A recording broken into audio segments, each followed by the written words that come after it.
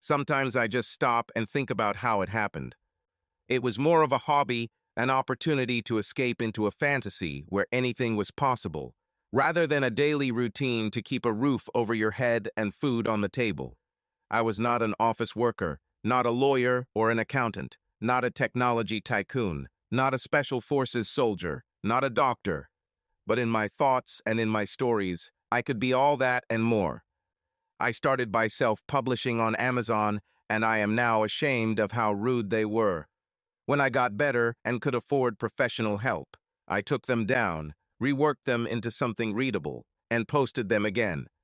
The money I made in the first year was ridiculous. I didn't break even. It cost me more than I earned from publishing.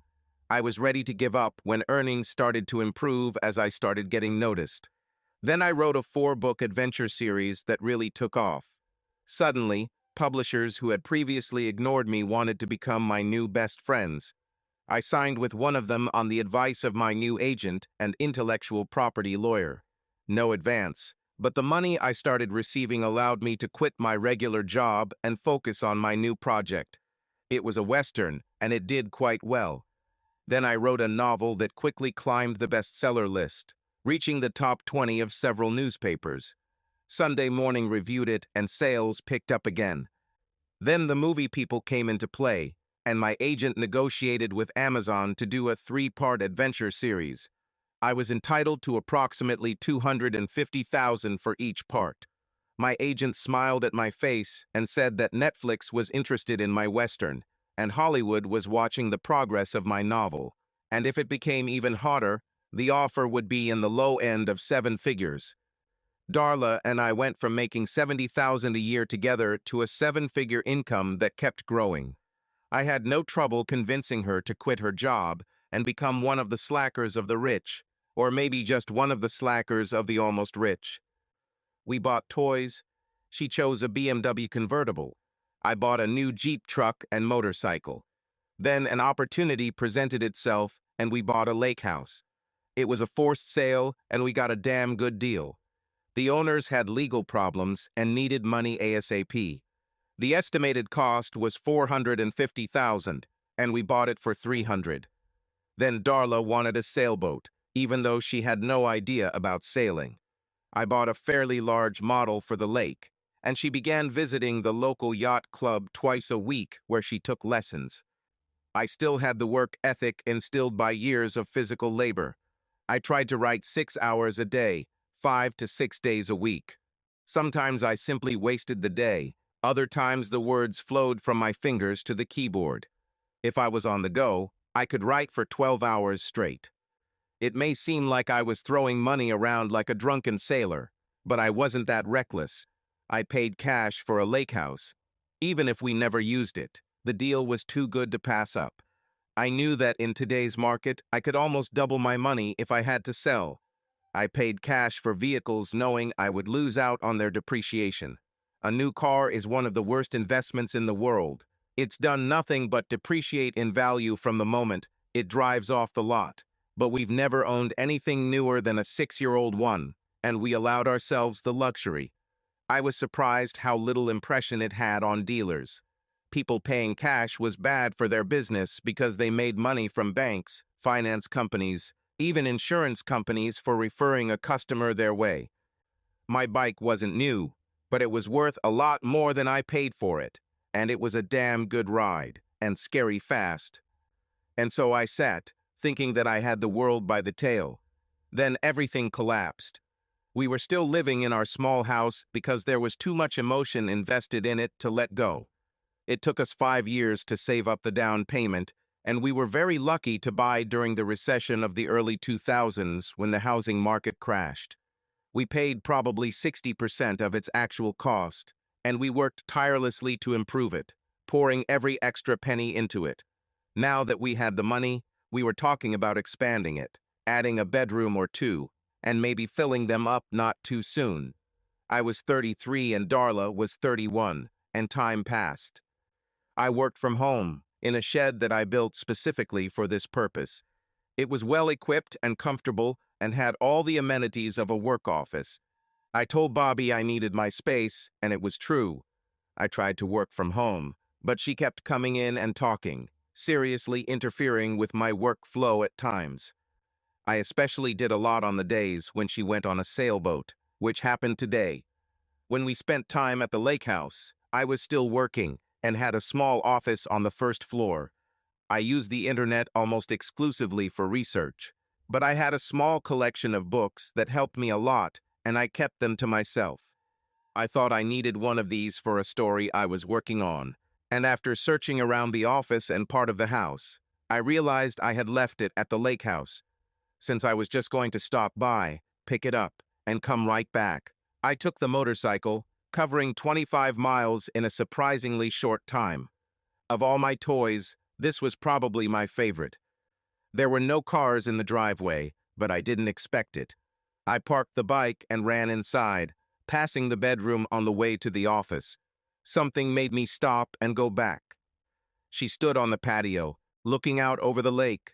She was wearing one of my t-shirts, and one side had slipped off her shoulder, exposing the straps of her black bra. I loved this view so much. She clearly heard me. I liked it too, not anymore. She screamed and turned around sharply, raising her hem and showing off her curvaceous buttocks. Miles, what are you doing here? The better question would be, what are you doing here, almost naked, when you should have been on a sailboat on the lake? I know that look. Who is it? She began to stutter, making excuses, when the door swung open and her sailing instructor walked inside. Damn, sex is so exciting, isn't it? Honey, I brought what you wanted and... His voice died when he saw me. Then panic set in. Mr. Molson, it's not what you think. What it looks like is that you're not out on the lake doing what I'm paying you to do. It looked like it was more about sex than teaching, but maybe you were teaching her new things. Don't lie, just leave. And it goes without saying that your services are no longer required, a fact that I will explain in detail to your boss. Go. I don't have transportation. Then walk. You have just enough time to get away before I get to you. But if I catch up with you, all you can do is crawl. Your choice.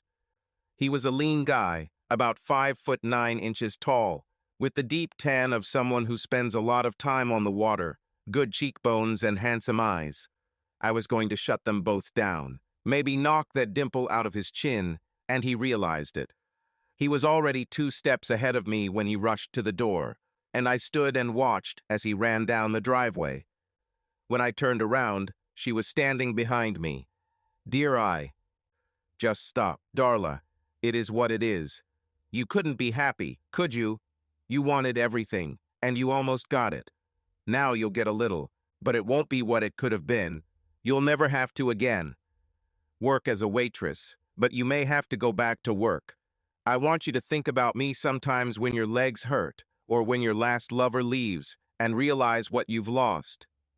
She let out a small strangled cry and reached towards me. Don't touch me. I'm not sure how I'll react. Go sit on the couch. Now. Darla jumped at the volume of my voice and hurried to the couch. I took the moment to walk out the door, pausing long enough to take out the knife I'd carried since I was 12 and slash 2 of her tires. Knowing that it would take her time to replace them, I was in no hurry to go home. Driving a motorcycle while angry is not a good idea, so I tried to remain calm. When I got home, I packed a small backpack, got back on the motorcycle, and rode for 6 hours before stopping in a small town in Virginia. I checked into a small private motel, paying cash. I had to provide a credit card as a guarantee, but if they didn't use it, there would be no record of my stay. The owners recommended a small restaurant within walking distance, and the simple food was well prepared and seasoned, overall very satisfactory. I memorized everything for future use in a scene in one of the novels. By the time I left, I was already an old friend, and 2 different couples offered to take me back to the motel. I thanked them but told them I needed to go for a walk to warm up after 6 hours on the bike. I stayed the next night and went to the local mall for a change of clothes, choosing jeans and a t-shirt. I returned to the motel, and the 60-year-old woman who drove it was waiting for me. Miles Molson, I knew you were familiar to me. Will you sign my book? She had 3 books.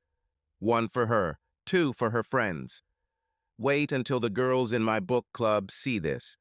A real living writer staying at my motel. I wish they could meet you. The lady was very kind in the short time I knew her, and it made me smile. When is your meeting? Tonight. Why do you ask? How about having a writer speak to your club? It would be nice to talk to real people for a change. I seriously thought she was going to faint. Are you serious? It's better than looking at the walls and the TV tonight. But I'm going to need one thing. She insisted on taking me to the local bookstore. I was amazed that independent bookstores still existed, and I bought every copy of my latest novel they had in stock. Before I left, I posed for a few photos, including one in front of the store where the logo was clearly visible.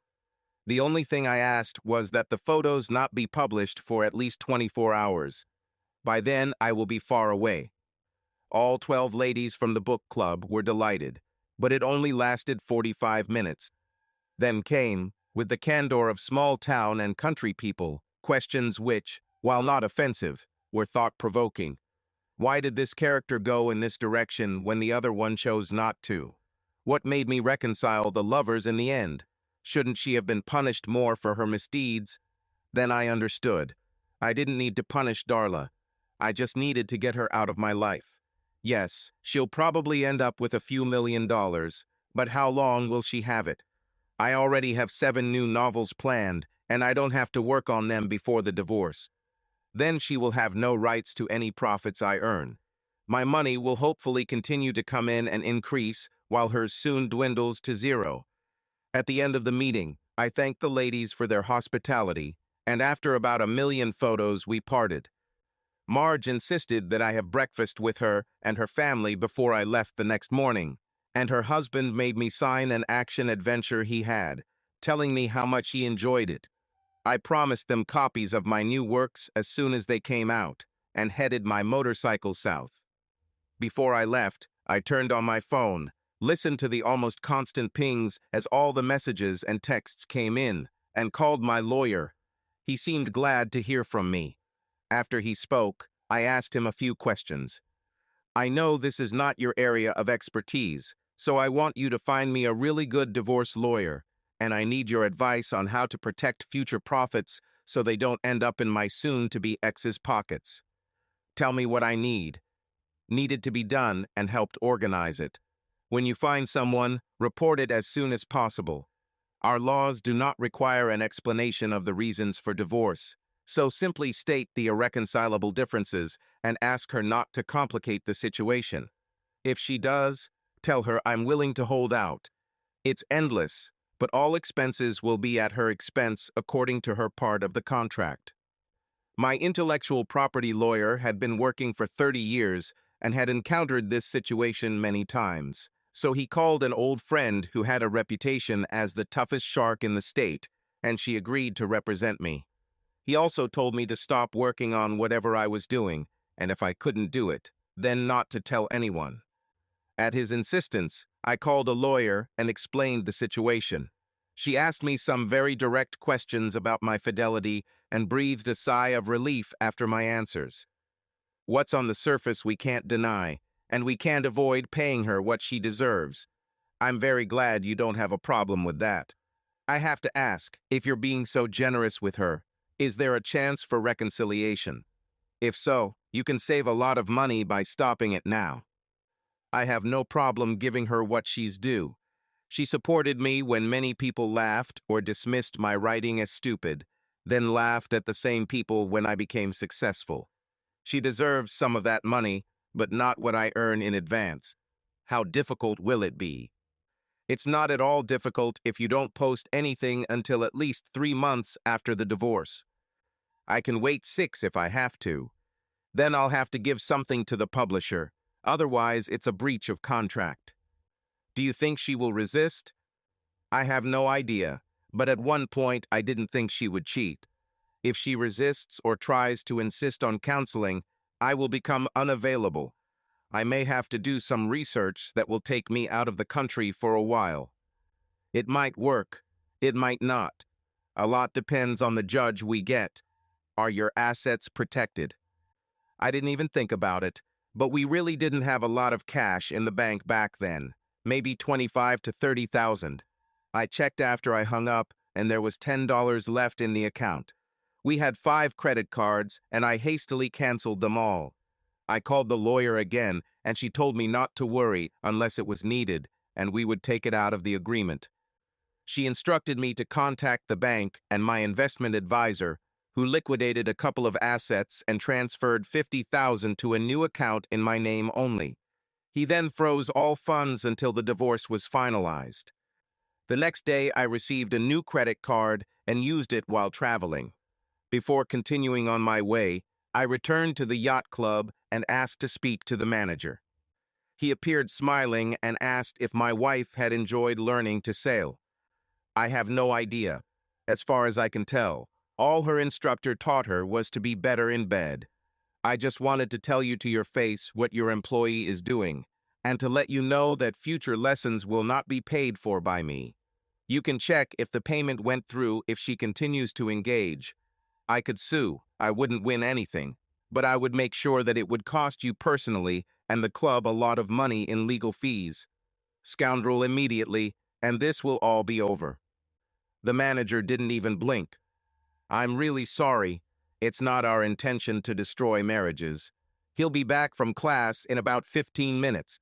Would you like to be present when he's dismissed? Since you asked so politely. 20 minutes later, the bastard approached the pier with a boat and tied it to the parking lot. The woman he was training looked like a typical 40-something housewife, but he rubbed her ass and whispered in her ear. She winced and buttoned her blouse just as the manager approached. Good lesson, Mrs. Martin. Did Alvin teach you anything today? Alvin. Seriously. Suddenly, I had a mental image of him as a chipmunk, and it made me smile. Mrs. Martin answered shyly. The manager nodded with a smile. I'm afraid this will be your last lesson for a while, unless you find another instructor. My other 3 are busy until the cold weather. Alvin will be leaving us soon. Alvin seemed surprised, and as the woman hurried away, the manager grabbed him by the collar. I had a very interesting conversation this morning, Alvin. Are you familiar with the name Miles Molson? He turned pale. His wife is one of my students. Yeah, student. Mr. Molson told me that you've been teaching her some very interesting things all this time. I warned you the last time my husband complained. You'll have to leave, Alvin. Empty your locker and leave the premises. You're not allowed to come here. My father. He will be in full agreement when I discuss this with him at dinner this evening. Remember, he is one of the founders of this club and chairman of the board. He will be very unpleasant if rumors of your misdeeds begin to spread. I think you know how frustrated he will be. 5 years of college, and you're not even close to finishing your degree. I'm giving you free advice. You should hold on tight to your butt for the next 2 months, or you might find out how cold the world can be, especially if you're paying your way. Bills. Go now, take your things and leave. He sighed, slumping his shoulders, and turned, looking straight at my smirk. I must take revenge on you. You can try. Let's see how your training compares to village kung fu. The Commodore, as everyone who knew him called him, laughed. Alvin, play at your leisure, preferably away from here. Go away. Fuck you, old man. I'll beat you first. He looked at me as I laughed. Can I watch you try? The Commodore is a retired Special Boat Service soldier and a veteran of 2 wars. Plus, I know he holds advanced belts in 2 martial arts. Do you mind if I film this? It will look great on Instagram. I can already see the headline. Young punk gets his ass kicked by a 70-year-old man. You'll go viral in no time. He looked between me and the Commodore at our grinning faces. The Commodore spoke in a quiet but humorous voice. That's not entirely true, Mr. Molson. I'm actually 71. I'll be sure to fix this when I post. Alvin realized there was no upside to this situation, so he simply walked past us, muttering and making vague threats. The Commodore sighed and extended his hand. Equally. Equally. Perhaps you can ask my wife if she intends to pay for the parking of her boat. Payment expires in 3 days. I'll discuss this with her. I'm truly sorry about your situation, Mr. Mulson. Thank you. I'm sorry, too. We shook hands again, and I walked away, wondering what kind of reception Darla would give when she came to her next class. But by then, Alvin will already call her and tell her everything. I'd love to hear this conversation. I spent the next 4 months offline. I headed south, paying cash and staying under the radar. When I got to Florida, I boarded a plane to Belize, rented a small bungalow, turned on the Wi-Fi, and got to work. I called my lawyer once a month for updates. In the second month, we had a long conversation. She came to see me twice. I turned her down both times, citing ethics. Then she came with a lawyer when she made an appointment. She was very disappointed when I refused to give her your contact. Any more instructions? No. Continue. When will this be heard in court? About a month and a little later. Will you come? Do I have to be there? It would be better if you showed up, but I can plead commitments abroad and the judge might accept that. Maybe not. We'll see. Let me know. To prevent my lawyer from being a liar, I asked my agent to arrange several television shows in Europe, including the Graham Norton Show. This was one of his highest-rated shows as I talked about my upbringing, and he couldn't help but laugh when I described snipe hunting to him. The actors on the couch next to me were laughing so hard they needed tissues, and the French star let out a sort of grunt that sparked another burst of laughter. I received a couple of invitations to spend time on a yacht or a country estate, but declined them as gracefully as possible, citing legal obligations. I decided to wear my wedding ring until the end of the divorce process and waved it as a shield when a French woman suggested spending a few days on the Côte d'Azur. She seemed confused that marriage vows could make a difference. I showed up in Germany, Sweden, and Italy in the following weeks, racking up my frequent traveler miles. The Amazon movies came out and were very well received. My publisher tried to move my deadline forward, but I asked my lawyer and agent to stick to guns, promising that I would deliver the work on time. I called my divorce lawyer and she gave updates. You're on the agenda. Next Monday. You don't have to be there, but I suggest you show up. She's challenging the agreement, but once the judge sees it, I have no doubt he'll approve it. Well, okay. I gave her half of everything we had saved up so far, which was almost $3 million. I left our little house to her and insisted on selling the lake house. This was a moot point because she really wanted to keep it. This will never happen. I would burn the place down before I gave her the place she turned into a nest of love to betray me. It will also receive half of the proceeds from the Netflix deal. My business lawyer told me that if I waited long enough for a romance film deal, she might end up getting nothing. Without this, it will still come out to a net amount of about $5 million. She'll keep her car, our little house, and I'll stay with my truck and motorcycle, and we'll go our separate ways. How difficult can it be? Very much, as it turned out. I arrived in town on the day of the trial, not showing up until the case was called. Darla's eyes widened when she saw me, and she tried to get up, but her lawyer held her down. She looked very neat, but seemed to have lost a little weight. She should be happy about that. She always said she wished she were 10 pounds lighter. The judge was an older woman with a steely face, and she praised me for being transparent about our financial situation. Most men, especially at your level of wealth, would fight it tooth and nail. Until I caught her sleeping with someone else. We were complete partners in everything we did. She deserves what she gets, and I'm not complaining about it. Your wife insists on counseling. How do you feel about this? Madam, Your Honor, we grew up in very humble circumstances. I was raised in the Baptist Church and am very conservative in matters of fidelity.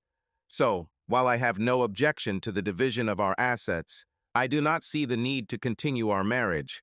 She violated my trust in her, and she'll never get him back.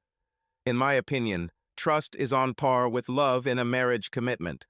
No amount of counseling in the world could convince me otherwise, so I think we'll be wasting everyone's time. She looked at me for a minute and sighed. Okay, this marriage is dissolved here and now. Mr. Molson, Mrs. Molson, you are no longer husband and wife. Try to live well and don't find yourself in front of me again. Next thing. Darla's lawyer jumped up from his seat in outrage. That's it. No chance for reconciliation. Unless one of the parties wants it. No, she's getting a very good deal. She's young, still attractive, gets a pretty big chunk of money, so she's not in danger of destitution, and she should be able to start over. Maybe she'll learn some lessons, or maybe not. I don't need to remind you that this is a state without specifying the reasons for divorce. And if one party does not want to be married, he does not even have to explain why. Leave it as it is. And just like that, I was no longer married. She tried to change the financial agreement twice. Once when my new book came out and again when the movie deal was finalized. But my lawyers worked hard and it was unsuccessful. Her final share of our fortune was just over $6 million. My fortune seems to have increased during our partition. Most people live their entire lives without accumulating that much. She should have been happy. It took her about a year and a half and $1 million spent to become sustainable again. I believe at some point she came to her senses, kicked out someone who shared her bed, and took stock of her life. Darla put her house up for sale and moved to the big city, bought a condominium, and went to college. She was a good student and was always upset that we couldn't afford college. I didn't know what her major was, and the only reason I knew anything was because her sister was still my friend on Facebook. I found that I enjoyed my time traveling on a motorcycle, so every couple of months I would go on a week-long trip. Just pick a direction and go. I've always loved long hair, and now that I had the means to let it go. I didn't like beards, so I stayed shaven, always wore good clothes, and almost never encountered the police on my travels. One police officer in South Carolina caught me driving just 4 miles per hour over the speed limit. Perhaps the small town needed money and started adding points to the fine. I didn't complain, although he pushed me, hoping to get a chance to send me to prison. He was shocked when I showed up in court on the appointed day and asked to see the footage from his body camera. He spat and stammered before admitting that he turned it off when he went to the toilet and forgot to turn it back on. There was a big discussion about whether this recording was admissible, and I shrugged and let my lawyer tell them that if they rejected it, it would be on social media before I left the parking lot. The judge looked at the tape in his office, came out, dismissed all the charges except the speeding ticket, fined me $100, and released me. The policeman and prosecutor were having a deep discussion with the judge as I left. I left the city as quickly as possible. I did get beat up in a little bar in the middle of nowhere, Tennessee, in a fight that I didn't start or have any interest in, but when the bar fight started, they must have thought I was with other guys. When the police figured it out, they wanted to know what my connection was. I don't have one. I just stopped for a beer. The deputy sheriff smiled as she returned my license. Wrong place at the wrong time, huh? Well, at least you can put it in the book. She recognized the name, and before they left, we had to take a photo with both groups of police. The owner's wife wanted a photo, as well as some visitors. I had a few more beers with them before the police hottie followed me to my hotel, then returned after work. We spent most of the weekend in bed, only going out to eat. She followed me on Facebook and other social networks, and I sent her the book from time to time. Wanda invited me to her wedding. They seemed very happy together. One of the reasons I liked hanging out in bars and small eateries was because of the stories I heard. Many of them have appeared in my works to one degree or another, and I have smiled when I receive messages saying that they saw almost the same thing, or that the event from the book actually happened to them. I probably wrote about them. Over the next 3 years, I released another Western, a novel, and a fantasy set in a post-apocalyptic world. They all sold well, but the fantasy was the most successful, which surprised me a lot. All of them were offered to film production companies. I was invited to the set of a fantasy work, and I spent 2 days there, enthusiastically learning the tricks of the makeup artists and special effects specialists. I met the stars briefly, but spent most of my time not with them. I enjoyed watching magic being created more than magicians performing tricks. Those who were involved in westerns found out about this and also invited me. I even appeared in the movie as Bad Guy Hash 3 where I was hanged. It was a little creepy, but the setup was safe and the loop was loose, just in case. They told me not to shave for 4 or 5 days. Then I sat in the makeup chair where they oiled my hair, rubbed mud into my face, and painted my teeth. I definitely didn't look like the main character when they were done. I asked them not to credit me in the film because it was just fun, and they smiled, saying that most writers would like to be credited. I didn't approach the novel, although when I saw the bedroom scene at the premiere, I regretted not being involved.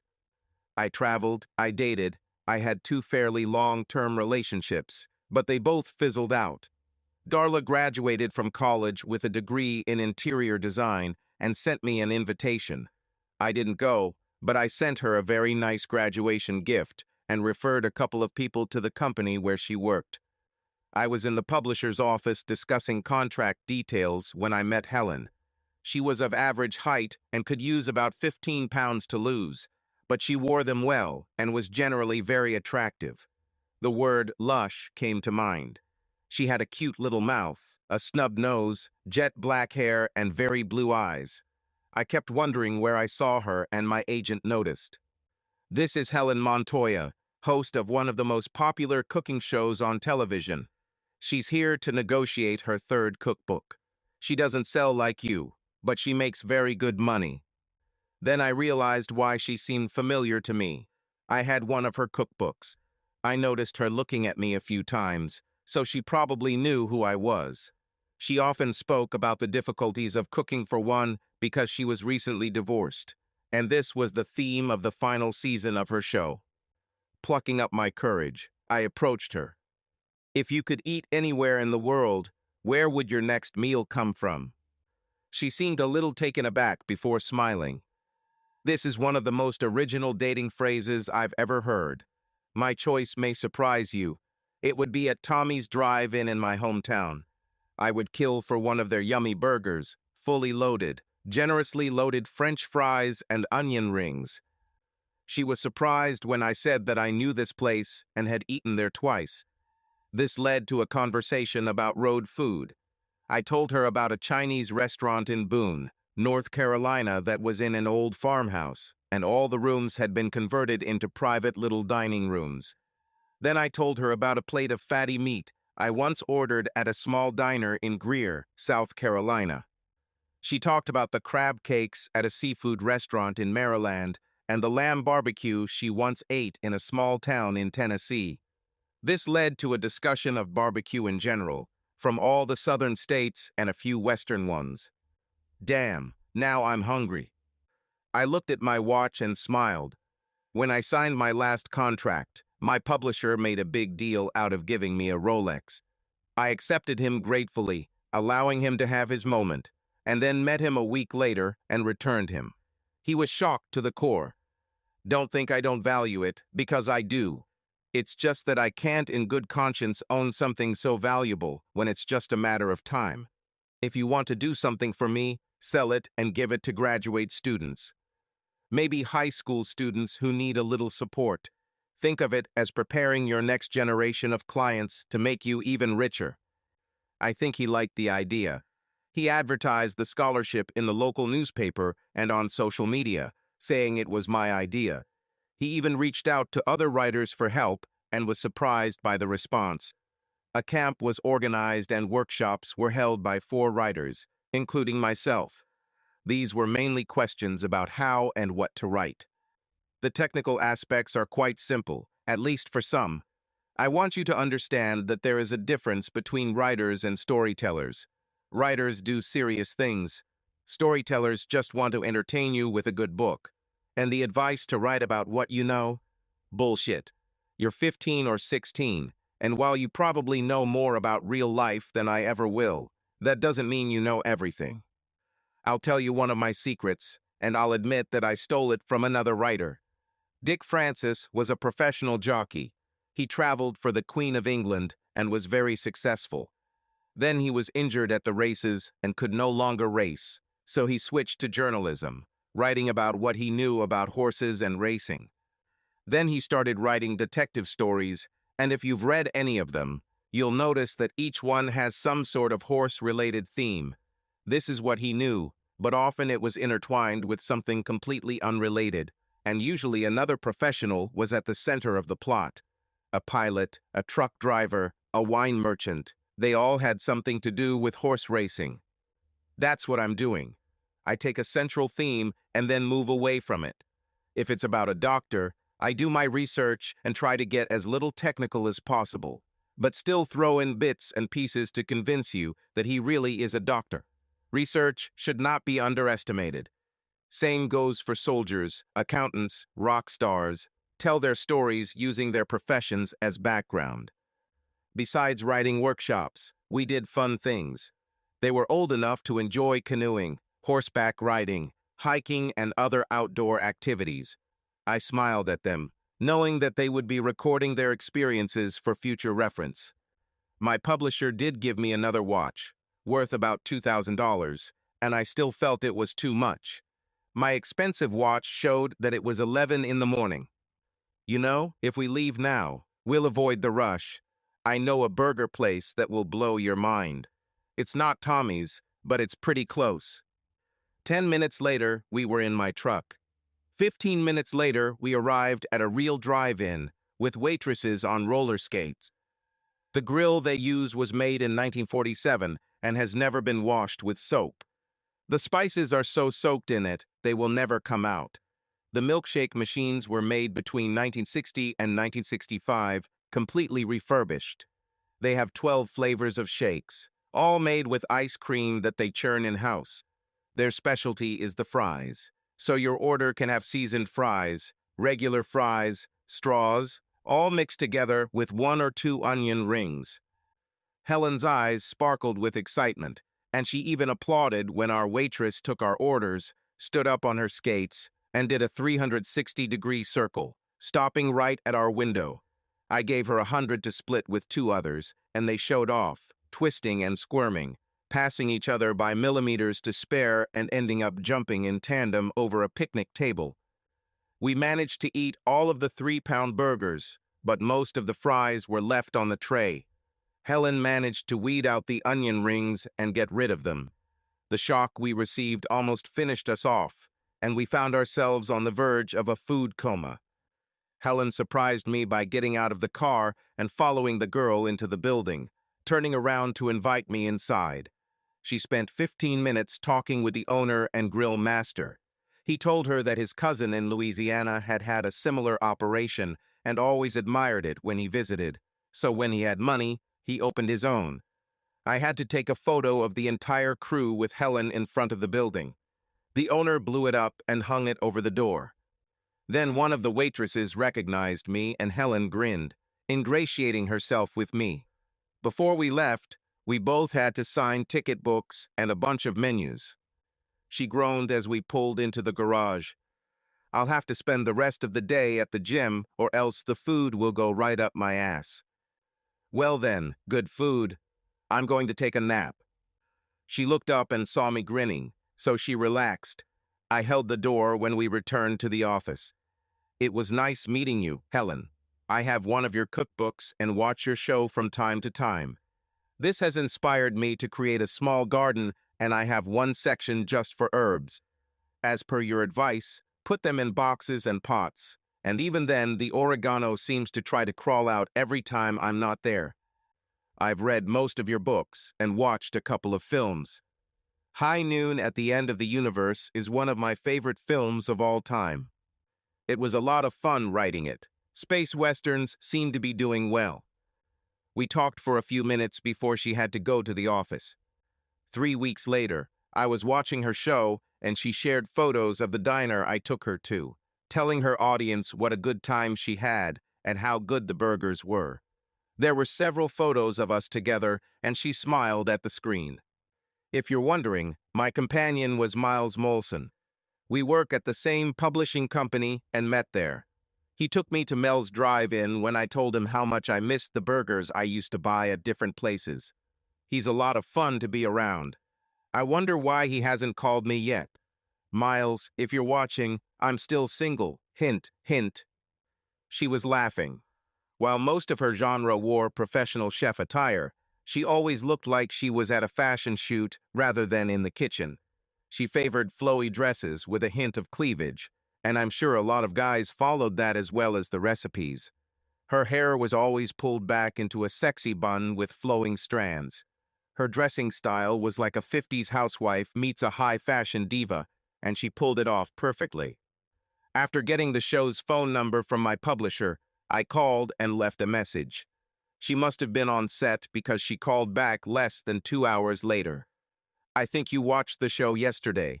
Is there something you would like to ask me? I see, directly and to the point. Helen, would you like? Yes, I would do it. I'll text you my address. Be there at 7 and wear a suit. We're going to one of my favorite places. I'm sure you'll like it.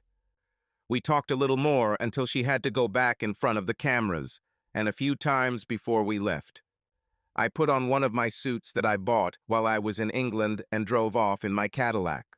Her dress was understated but stunning. It was made to her measurements by a leading fashion designer. We fit right in with the five-star restaurant crowd. I recognized several visitors, famous politicians, theater and film actors, and several sports figures. Everyone seemed to know who everyone else was, and by unspoken agreement they left each other alone, except for the occasional friendly greeting. Some of the things she insisted I try I didn't like at all, but I did like a lot of them. We ate as lightly as possible, but it was a 5-course meal, not including dessert. The confidentiality agreement disappeared when we showed up. There were several paparazzi hanging around, taking pictures of everyone who entered or exited. Don't pay any attention to them, she said as she approached our car. When she arrived, she looked around, and I was no longer there, and I was talking to them. They were very surprised, and when Helen returned, we even posed for a few photos together. She was unhappy with me when we left. Why did you do that? Research for one of my next books. I've always wanted to do a murder mystery, and I bet these guys have a story to tell. What did the actor from the past say? Any advertisement is good advertising. Besides, we're just on the B list at best, and as soon as a big name comes along, we'll be roasted.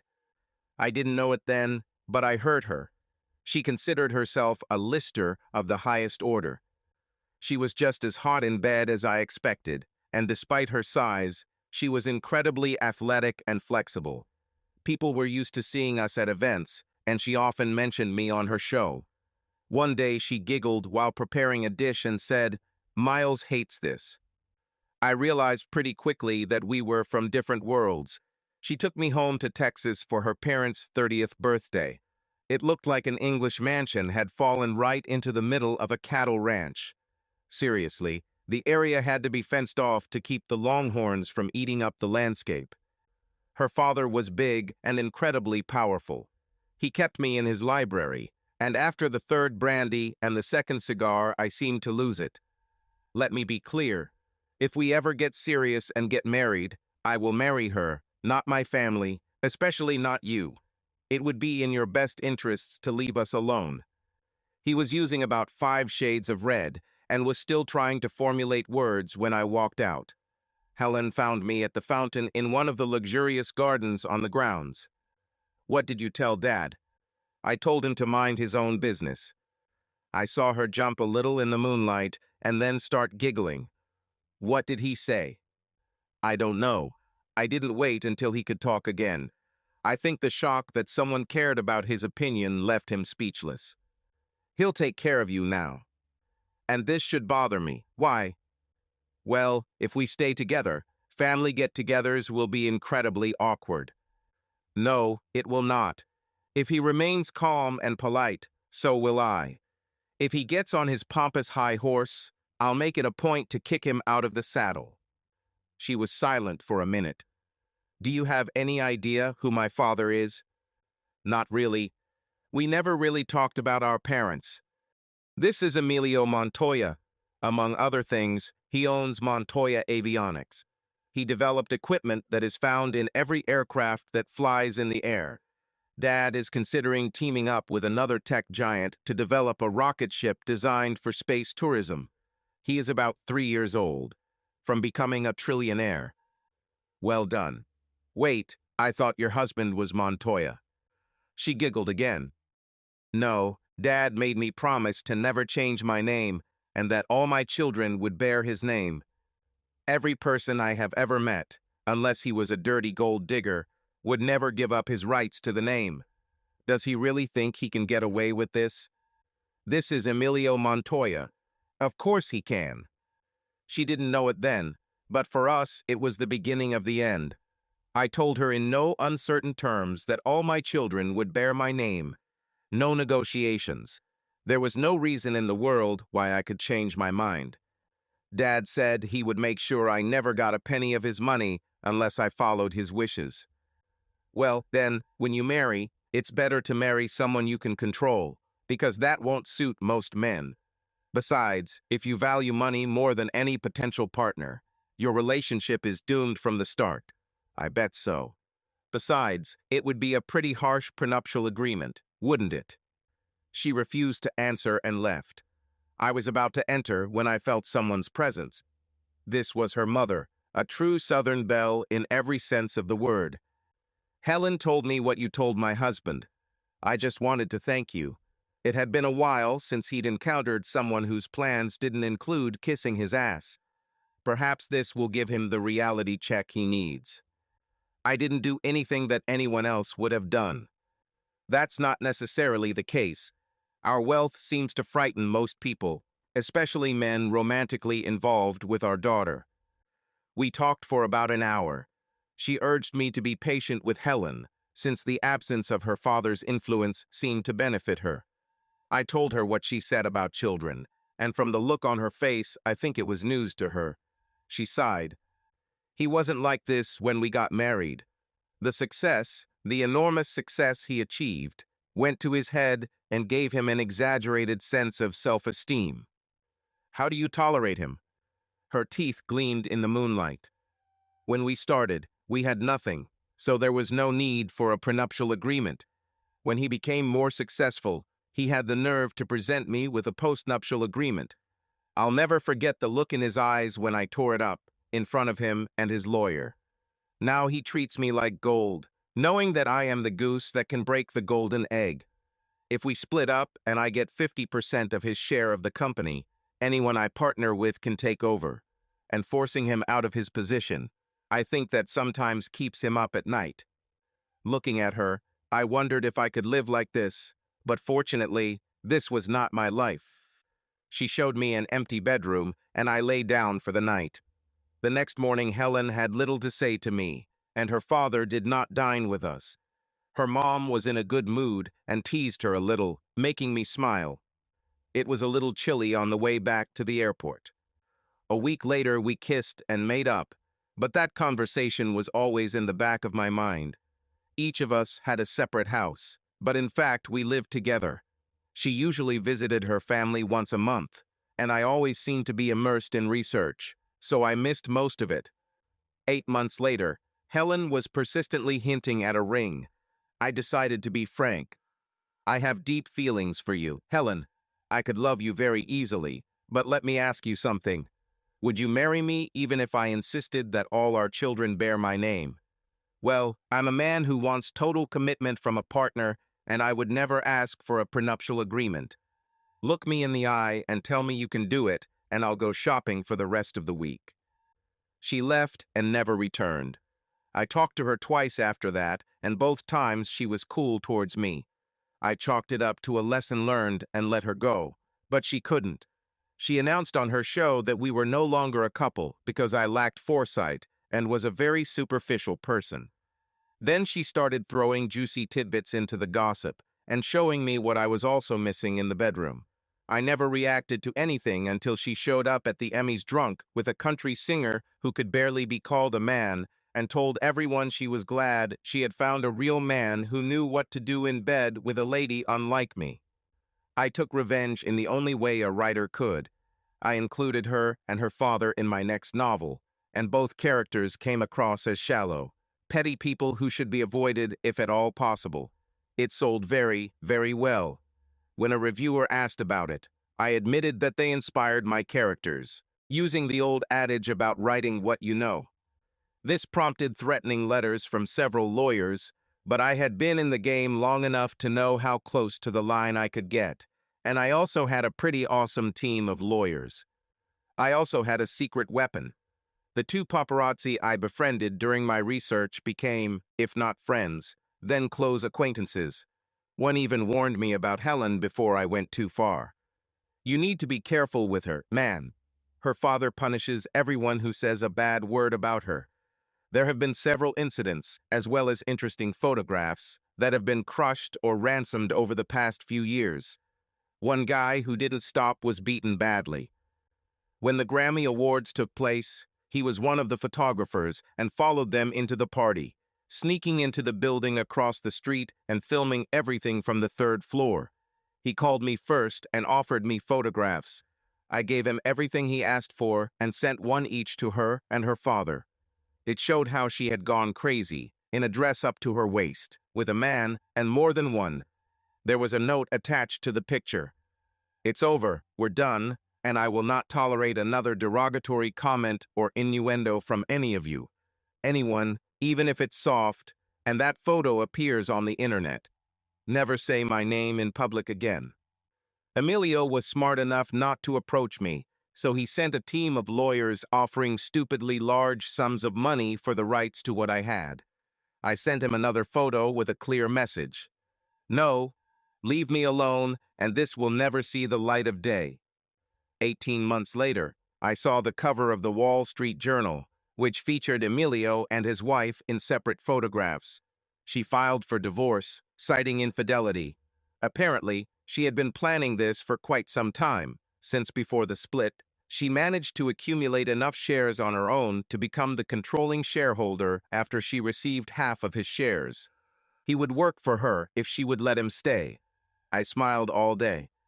Over the next 6 years, Helen married and divorced 3 times, but she never had children, so there was no dispute over the right to the name. Her mother married a man who was richer than her 3 years after the divorce. I saw her and her new husband in Monaco when I was there for the premiere of my 8th film. We had a nice dinner, and she told me that she hoped I would be the one her daughter needed.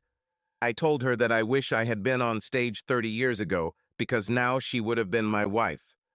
She flushed red, and her new husband tried his best not to laugh. She turned around and told him that if I did that, he would just be a casual acquaintance. Then she laughed and kissed him deeply.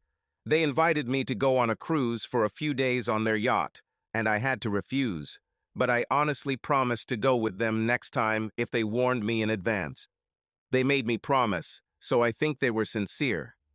Helen's show was canceled despite Dad's money. She wrote a few more cookbooks and started a YouTube channel, but she didn't have many subscribers and gradually fell into obscurity. Myra told me that after leaving, she returned to her father. Again, who knew? Of course, I didn't want to. I was thinking about how my life was going when I went to bed that night. I had just spent the afternoon and evening talking to some of the richest people in the world, and they seemed to accept me as one of their own. Quite a big leap for a guy from the country who never went to college. I think a lot of it has to do with the fact that I didn't feel intimidated or excited by who they were. It didn't matter if a woman was wearing a $50,000 designer dress or a $15 one from Walmart. Underneath that they were the same beings. The same applied to men. A tailored suit and a pocket full of money did not make you any different from a guy in jeans and a t-shirt. Each of them had their own dreams, triumphs and disastrous failures, just on a different scale. I came up with as many story ideas as I got from people in the small bars, coffee shops, and diners I frequented, with very minor differences. My last one was a romance, a story like the fairy tale of Cinderella, where a woman was rich beyond the man of her wildest dreams, which I learned through my ability to cross both worlds. Bidding for the rights to the film has already heated up, although the book has only been on sale for 3 weeks. The premiere ended, the obligations were fulfilled, and I returned home. Now home for me meant my 4-room house on the same lake as the old one. Darla was furious when I insisted on selling it, and neither of us got it. But my lawyer had a good conversation with her lawyer and informed him of how long and expensive the divorce would be if she didn't agree. It still took 3 months for her to agree. It didn't really matter. She had her own money now and could buy whatever she wanted. So she bought a house 5 doors down from our old one. When I bought mine, I made sure it was as far away as possible, but still on the same side of the lake. She finally learned how to sail a sailboat, and I saw her on the lake from time to time. I bought a pontoon and a speedboat. The choice depended on how many people I had with me. One day, when Helen and I were on the lake, I saw her boat and pointed to it. She smiled and walked closer, taking off her bikini top. I said hello, and she looked down and smiled until she saw Helen sunbathing on the bow of the boat. She made a sharp turn that nearly capsized and collided with us, screaming as she swam away. I wasn't as impressed with the trick as Helen was, and she laughed about it until I asked her to stop. Now there was a new woman in my life, and she demanded a lot of attention. Brenda was her name because she was a brindle, an American bully breed that looked like a pit bull on steroids. My editor's wife bred them and was delighted to show off her new offspring. They were about 7 weeks old, and when I petted them, Brenda refused to share the attention and monopolized it. I tried to buy it, and Joan laughed. "See this new house? You helped pay for it by sending new writers to Tim. Pay for her paperwork and the rest of her vaccinations, and we'll be even." Joan also taught Brenda to follow simple commands and behave properly. She offered security guard training, but it confused me, so I declined. "Okay, but understand this. These dogs are very good-natured, but they are territorial, and if they or someone they consider part of their pack is threatened, they may react badly." I hoped that Brenda loved 2 other things besides me: horse riding and children. She let the babies crawl all over her, tug at her skin and ears, all the while shaking happily. I visited my parents with my sister, brothers, their families, friends, and about 10 children ranging in age from 10 to 18 months. Brenda was delighted as they chased each other around the yard and rolled on the grass. Their neighbor kept a pit bull on a chain and often taunted Brenda, saying she looked like a blow-up doll of a real dog. I just smiled. You may have that opinion, but think about it. My dog has a large fenced backyard where she can play, and she sleeps in my house, and I take her everywhere with me if I let him. You keep yours on a chain, and maybe pet him. It once or twice a day. I'm sure if he had a choice, he would be at my house in a heartbeat.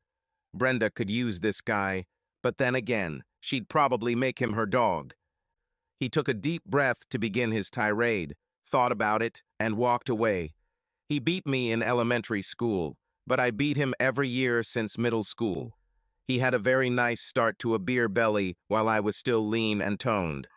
He instinctively knew that any confrontation would end badly for him. The afternoon went well until Mom started her obligatory, "Why haven't you married and given me grandchildren yet?" speech. Really? You have 7 grandchildren running around the yard and you're complaining. Looks like you've exceeded your quota. You're missing the point. I once told Brett that he had too many guns. He lost his temper and told me you can never have too many guns. Guns were important to him. Well, I can never have too many grandchildren. I'll seriously consider it, but I still need to meet someone I can really love in order to get married. It might take a while, given my history of failure.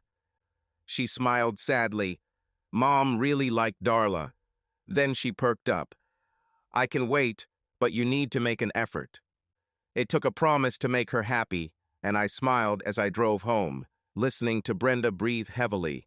She had a rough day, Riding with a bunch of kids can get tiring. It's not that I haven't dated. I've met quite a few interesting women along the way. They were from different walks of life and social stations. I dated a waitress from a small Texas diner for 3 months before she broke up with me, saying I was too much for her. It got me thinking. She had a college degree and I didn't, but still, I was worth more than she would probably ever earn. She worked as a waitress just to keep herself busy. Her parents had money and she had no financial problems. It all seemed strange to me, and when she made her speech, I even felt relieved. Then I dated a singer from Detroit who dropped out of high school in the ninth grade, but, through sheer will and sheer talent, rose to the top of the music charts. When it seemed like we were getting closer, she ended the relationship, saying that demographic studies showed that I was too white for her and it was hurting her sales. I guess it showed me where her priorities lie. Sometimes it seemed to me that I would never find a suitable companion, because I had acquired the habit of completely isolating myself when I began to write, disappearing into my study for weeks at a time. However, if I had a family, I might reconsider my priorities. I would often fear that I would run out of ideas, but then a news article or an overheard conversation at a diner or bar would start my creative process again. I met Darla at the yacht club, where they were celebrating the Commodore's retirement. He was 75 years old, and the board wouldn't mind if he died in office. But he wanted to retire to the islands, which was quite uncertain, so they had to let him go. I became, if not a friend, then a warm acquaintance. When I had a maritime question for one of my novels, he was the first person I turned to, so I took him to dinner and asked him questions. When I needed advice for my novel about a retired military man, his years of service gave me everything I needed. I paid him a consulting fee and mentioned him in the preface. He was a big fan of maritime history and often spoke of his fascination with the failed attempt to find the fabled Northwest Passage, which led to the death of Admiral Franklin and the crews of both his ships. Strangely, more sailors seemed to die from lead poisoning than from the elements as a result of using lead-sealed canned food. As a retirement gift, I had a replica of HM's Terror, Admiral Franklin's flagship, made in a large bottle, and he was moved when he opened it. As we mingled with the crowd, I came face to face with my ex. She seemed a little dazed, but when I didn't try to decapitate her on the spot, she relaxed. It was actually a fairly civil conversation, and we talked about safe topics. She showed me her engagement ring. He's a good man, Miles, quite successful, and I know without a doubt that he loves me. She was waiting for me to say something, so I congratulated her. Then I chuckled. "Have you made him sign a prenup yet?" She laughed. "He's a lawyer in his father's firm, so a prenuptial agreement is mandatory, more for his protection than mine. I met him when I needed to get rid of the comfort boy. I remember reading about it in the local newspaper. She lived with this guy for 2 years when she caught him with someone else and threw him out. He tried to beg for forgiveness, but when she refused, a lawsuit ensued. He sued her for child support, arguing that she should support him in the standard of living to which he was accustomed. This whole situation was funny. His lawyer told him he had no chance, but he persisted, and when they appeared before the old-fashioned judge who liked order, he was demolished. After reviewing the evidence, the judge did not even go into the office to think about it. He hit the hammer hard. The claim is dismissed for several reasons, including lack of legal basis. Sir, you must have lived with someone for 7 years as husband and wife to be eligible, and you lived with her for 26 months. You did not work the entire time you were together, and she supported you, so I believe that any debt she owes to you is paid off. You are young, healthy, and have a college education, and with the current job market, you should have no problem finding a decent job. The claim is denied." Her lawyer stopped the judge. "Your Honor, my client would like her property back. The man drives the car she bought, and it is registered in her name." Her ex flared, "She gave me this car. It's mine." The judge looked at Darla. She smiled, enjoying the whole situation. "Your Honor, I bought the car because he needed transportation. I paid for it. It's registered in my name, and I never said it was his. But if it's that important to him, he can keep it. I just have to re-register it in my name and pay the last 17 payments. It will be. From what I understand, this is a Camaro convertible that cost over 70,000 new, so you're getting a great deal. Get all the paperwork done in no later than 2 weeks, and if you don't find financing, the car goes right back to her. Is it clear? His lawyer beat him to it before he could say anything. Understood, Your Honor. The lawyer promised to help him and paid off the loan, and as soon as the car was re-registered in his name, the lawyer took it for unpaid legal fees. I was smiling about it when Darla suddenly said, "Don't you dare put that in the book. It's already halfway written. You'll be glad to know that your character came out of the story like a rose, met her Prince Charming, and lived happily ever after. Life imitates fiction, it seems." She fell silent for a minute. I let it get the better of me, you know, living on a shoestring all these years, and then having all this money warped my reality. Like your uncle said during tax time, when all these people got the tax credit, that they all got rich peasants. Well, it was me. I just went to the extreme. If this means anything, I will regret it for the rest of my life. But I know that you will never forgive me, so I had to move on. This is important now. I'm really sorry. Before I could answer, her new man approached. I looked at his suit, his perfect hairstyle and shiny teeth, noticed a hint of the God complex so often found in doctors and lawyers in his eyes, and wondered if she was mistaken. He then looked at her and faltered when she pulled him in for a kiss, so I knew she was going to be okay. We talked for a few more minutes, and I realized I was making him nervous, so I moved on. I shook hands with the Commodore and told him not to forget me, because when I had a subject that required expert advice, I would call him first, even after he had moved back to Scotland. He really appreciated the gift and told me what his retirement gift would be. I will be joining the crew that is about to take Admiral Franklin's route, and with global warming having such a big impact on the Arctic, we may well be able to complete the legendary passage. I wished him luck and said that he should keep a video diary and post it for the whole world. He liked this idea. Just as I was about to leave, he put his hand on my shoulder. "Let me introduce you to my granddaughter. She came to help me end my life here, something I never knew I needed. Miles Molson, let me introduce you to Fiona Wallace, my second eldest granddaughter." If I had expected to see a fiery-haired Scottish fairy with green eyes and lots of freckles, I would have been sorely disappointed. Fiona had naturally light blonde hair, blue eyes, and was just over 6 feet tall. She looked like a Nordic princess, perhaps Freya from Viking mythology. Her eyes sparkled with amusement as she shook my hand. "Not what you expected." "I didn't expect anything, but if I did, it wouldn't be you. I have a feeling you have Viking blood running through your veins." "Yes, but it's not ancient. My father is Swedish, and I definitely inherited his looks." "Your father must be a very handsome man, then." As soon as it came out of my mouth, I realized what I had said. She burst into laughter as the Commodore struggled to contain his smile. "Not the word I would use to describe him, son. She got his physical traits, but she gets her beauty from her mother." "Well, then they must be a very impressive couple. I'd like to meet them someday."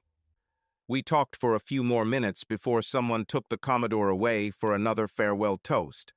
I was fascinated by this woman, but she lived on another continent, so I wrote it off as a pleasant experience. It will definitely appear in one of my future books. A few minutes later, I left. It was nice, but I have to go.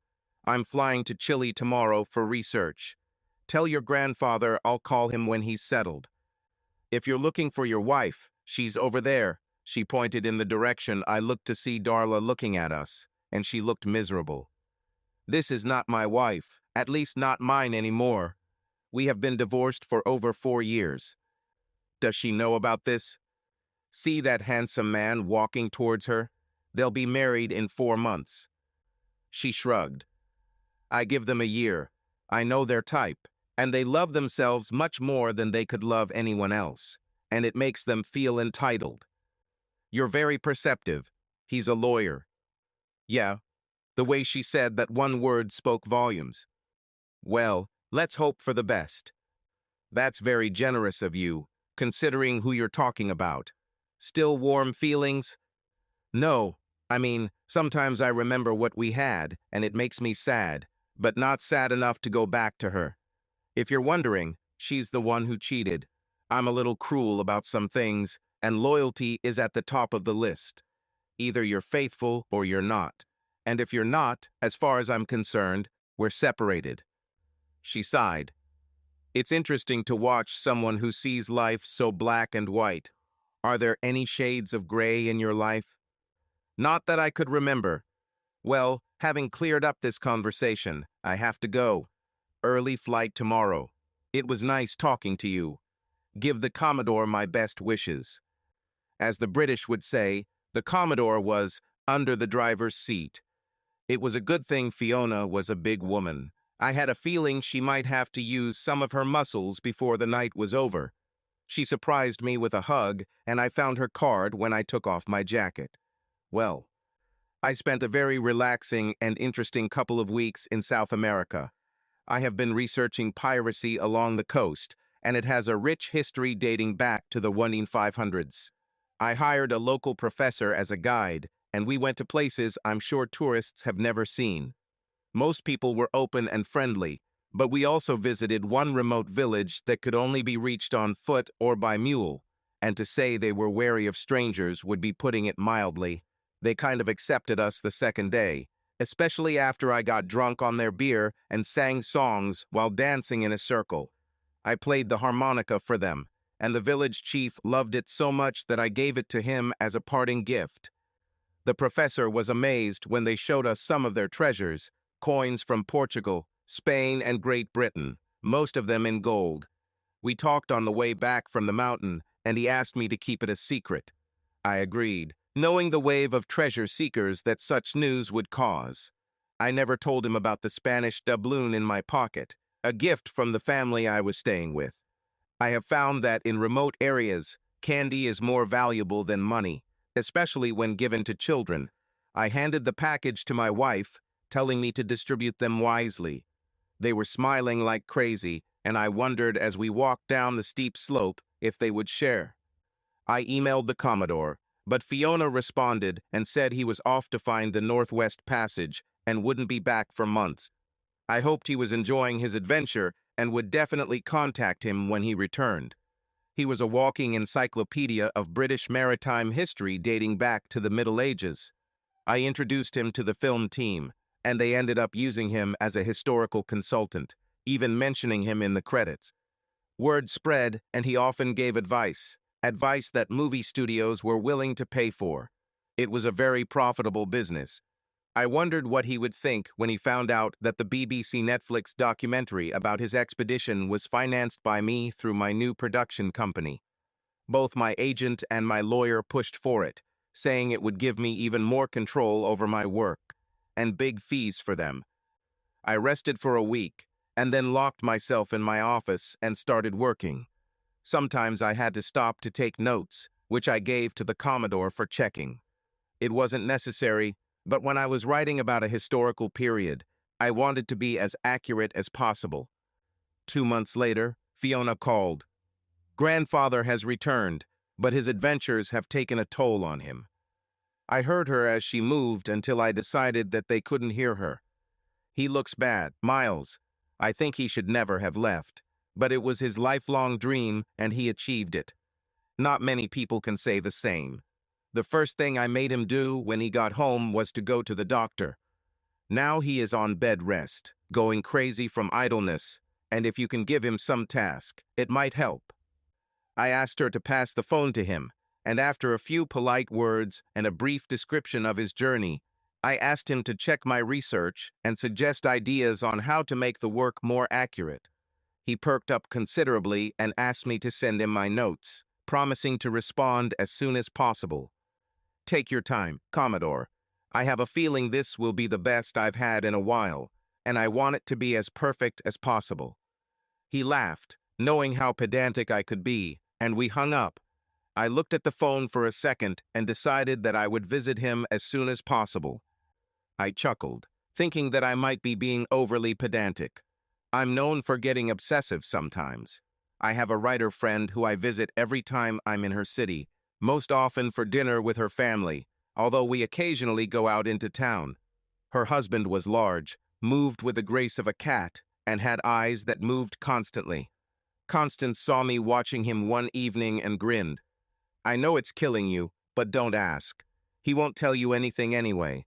Let's just say he works for the government and keep it to ourselves. And don't try to get him to tell you where you think I'm getting it from. Many of your own storylines."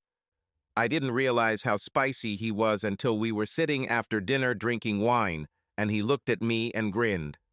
"Mozart." "What?" "You're like Mozart." Everyone was amazed at how he could write a piece of music without editing, when in fact he rewrote it in his head so many times that when it was put down on paper, it was almost perfect. Connie told me how you once wrote an entire novel while on a book signing tour with her and how easy it seemed to you. You know she agonizes over every word she writes and constantly doubts everything, while you just spill it and do it. Minor edits. Tell me, how long was your last novel written in your head before you touched the keyboard? Smiling, I told him that at least 9 months. It doesn't always happen that way. Sometimes when I sit down to write, I have no idea what the next character is going to say, and it leads me down all sorts of paths. The end product is sometimes nothing like what I imagined it would be. How many ideas do you have in your head right now? 5. 2 are almost ready to be put on paper, so to speak. Another one will take no more than 2 months. Connie rolled her eyes. "Ah, I hate you." "No, you don't hate. You just don't like my method. Yours works well for you, too. You have the most thoughtful plot lines I've ever seen. Your vision of where the book should go is usually spot on, but you manage to surprise the reader along the way. We often thought about working together, but I think we both knew that our styles would never match. Still, it was fun to discuss, and we would occasionally exchange ideas. They used to spend a week with me every summer. She went a little crazy when Grant and I hid her laptop after the first day, but then she relaxed and had a good time. Her boys were 9 and 11, and we spent a lot of time at the lake. It made me miss the kids, but I came to the conclusion that my future might not include a happy ending with kids and a picket fence. A month later, I was on the coast of Scotland, in a place with hills and small coves. Smuggling has been big business in the area for thousands of years and still occurs occasionally. The Commodore had a small estate that had been in the family for many generations. The death of his wife hit him hard, and he moved to America so that he would not be reminded of her everywhere.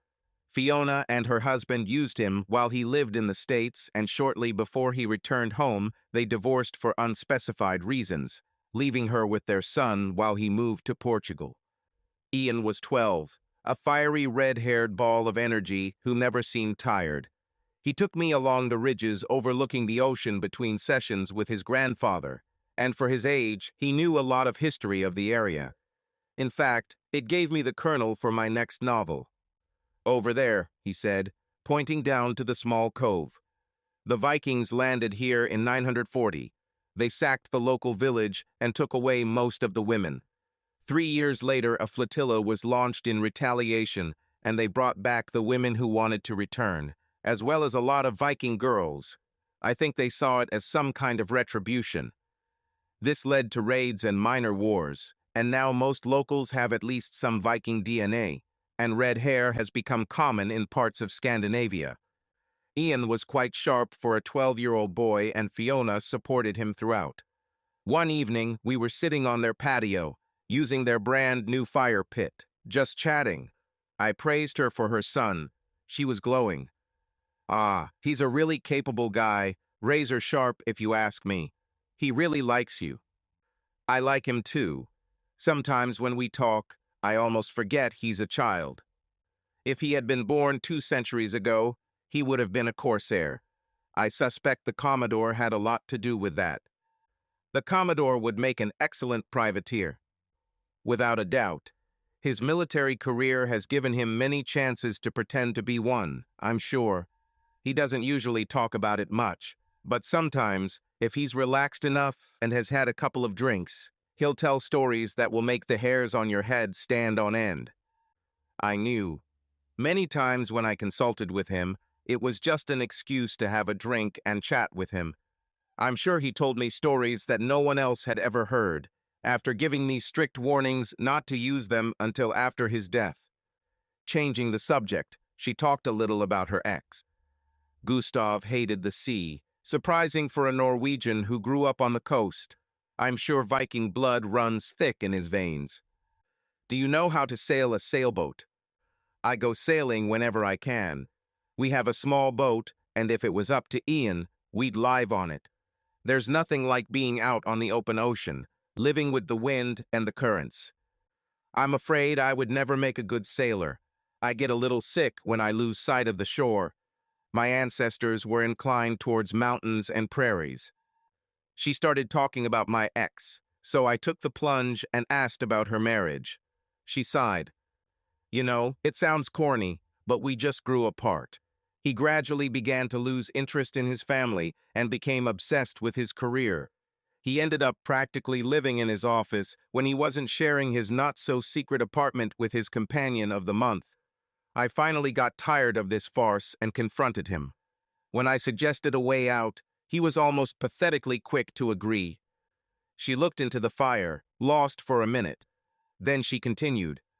You know, it sounds civilized and unemotional, but it hurts. I never let anyone see it, but there were many nights when I fell asleep crying. Not so much because of him, but because of what we lost. How did Ian survive it? I think it didn't affect him as much as it did me. His dad was always a little distant and didn't spend much time with him, so when he left it barely affected him. I think maybe that was a good thing. I took a chance and leaned over, hugging her. To my surprise, she returned the hug so hard that we almost fell out of our chairs. Come on, she said, standing up and leading me to the wicker sofa. She pressed herself close to me, whispering into my chest. That's better, isn't it? It's better than better. It's great. She laughed, still not letting go of me. After about 20 minutes, she pulled away and stood up. Thank you, Miles. It's really been a long time since I've been in the arms of a man I could trust. No, don't thank me. It's been a long time since I felt this happy while holding a woman. Maybe we should hug again tomorrow to make sure it's not a fluke. Her laugh was deep and rich. I'll think about it. Now it's time to go to bed, separately. See you in the morning. She turned to leave, then turned around and fell into my lap, kissing me with passion and abandon. This probably went on for about 2 minutes before she suddenly stood up and ran into the house, leaving her laughter in the air. The next morning, she barely spoke to me, and I spent 5 hours with the Commodore, writing down stories of his long and varied military career. We finished when he said he was tired, and I went out on deck thinking about what he had told me. I looked up and saw Ian smiling. Come with me. Mom wants to show you something. He led me around the house to meet Fiona. She was wearing black leggings, sturdy boots, and a thick knitted sweater. She smiled and took my hand as Ian walked ahead of us, leading us through the moorland to the cliffs above the sea. She stopped and looked into my eyes. I want to show you something. Before I do, you must promise for everything that is dear to you, never to write or talk about it. This is a secret born here, which must remain here. It is sacred to the locals, and some may be very upset that I let a stranger see this. Promise me, Miles. I thought for a minute. I promise. I promise on my affection for you and your son, on my deep respect for your grandfather, and, above all, on my personal honor. She looked at me intently before nodding. Then she smiled. Ian, get the rope ready. Now I realized what was in his backpack. He tied the rope to a leeward tree and threw it over the edge. He smiled at me. Don't worry, there is a path, but it's very steep and you can't go wrong. Just hold on to the rope while we go down and you'll be fine. Fiona went first, and it really wasn't easy. I followed her as best I could, with Ian going last. We descended about 80 feet before stopping on a ledge about 10 feet above the sea. It was not a quiet bay, and high waves crashed against sharp rocks. Fiona walked to the edge of the ledge and just seemed to disappear. I approached and found an entrance wide enough to pass through, but the shape of the rock made it almost invisible. When Ian walked inside, she lit 2 torches and smiled. We could use electric torches, but that seemed sacrilege. Follow me. We walked about 30 feet before the passage widened into a huge cave. I heard the sound of falling water in the distance. Fiona raised the torch above her head, and it illuminated the space a little before disappearing into the black darkness. Here we are, the last refuge of Garioch. We are opposite the city itself, and this land has been in my family for centuries. No one knows who discovered it, but it became very useful when the Viking raiders appeared. The men collected women and children and brought them down from the cliffs and then hid here. Then the men fought enough to attract their attention and disappeared into the interior of the country. The raiders usually plundered everything of value and set fire to the village before leaving. There were many names and dates carved into the stone on the wall. The oldest date I saw was 1N103. Some were written in languages I didn't understand. Fiona looked serious. This is a tradition that has been going on for many centuries, as can be seen from the dates. The names of every woman and child who survived because they were able to hide here are written here. Here, in the depths, there is a spring of clear, sweet water, and they have accumulated enough supplies to last a month. They didn't leave here until the supplies ran out, or until people called them out of hiding. She led me to another part of the wall, also covered with names and dates. These are men and women who died protecting their families. Let's come here. She led me to the back corner, and I was amazed at how big the cave was. There stood a stone sofa, and on it lay the skeletal remains of a woman whose bones had been turned to stone at her final resting place. This is Agnes of Garioch. She died defending this place the only time the Vikings found it. They always kept guard, and they heard them coming. You saw how narrow the entrance was, and they held them off with arrows for 5 days before the arrows ended. Then they entered the battle to meet women and children from 12 years of age and older, armed with claymores, daggers, and spears. 43 women and 19 children fought with the Viking warriors until the last men returned, distracting some of the raiders, descended from the cliffs, and attacked them from the rear. Not a single raider got out of Scotland. The village captured their 2 ships and the treasures, which they plundered before coming here. They took the ships into the ocean and burned them, and threw them into the bay in front of the cave. Dived, you might find an artifact or 2, but the sea is so rough that you'd be risking life and limb. Agnes was the last to die, killing 2 of the raiders. They built this chair and placed on it the necklaces and rings they had captured from their enemies. Local legend says she now protects us. The treasure is still there, under the sediment that fell on it. No one would risk incurring her wrath to steal him. When did it happen? As far as we can tell, around 1996. It is still in use when during Luftwaffe bombings of nearby air bases and towns, many took refuge here. Look at this. She raised the torch again, and I saw Agnes Wallace, Jane Wallace, and Harold Wallace, 1944. My grandmother, mother, and brother. I stood there amazed, trying to absorb the history of this place. If only these walls could talk. Then I realized what they were really saying, through names and dates. Ian stood next to me, enjoying my reaction. Look here. Ian, don't, was all she managed to say before he raised his torch. It was a wall of names, a woman's name followed by a man's name. What is this? When a woman from this area wants to get married or announce her intentions, she writes her name and the name of her chosen one on this wall. Other women see this and know that the man is busy.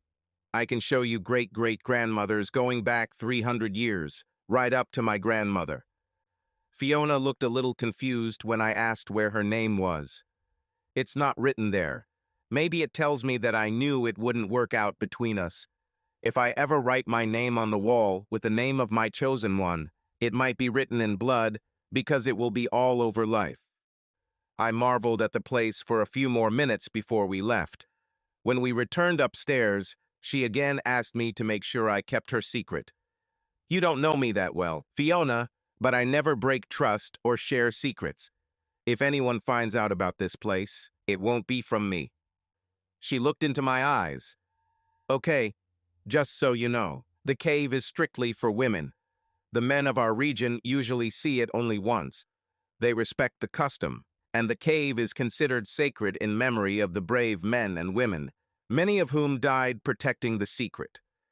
I smiled. I'll keep my word, but you know, it will torture me, thinking of all the books I could write about this place and the times it has seen.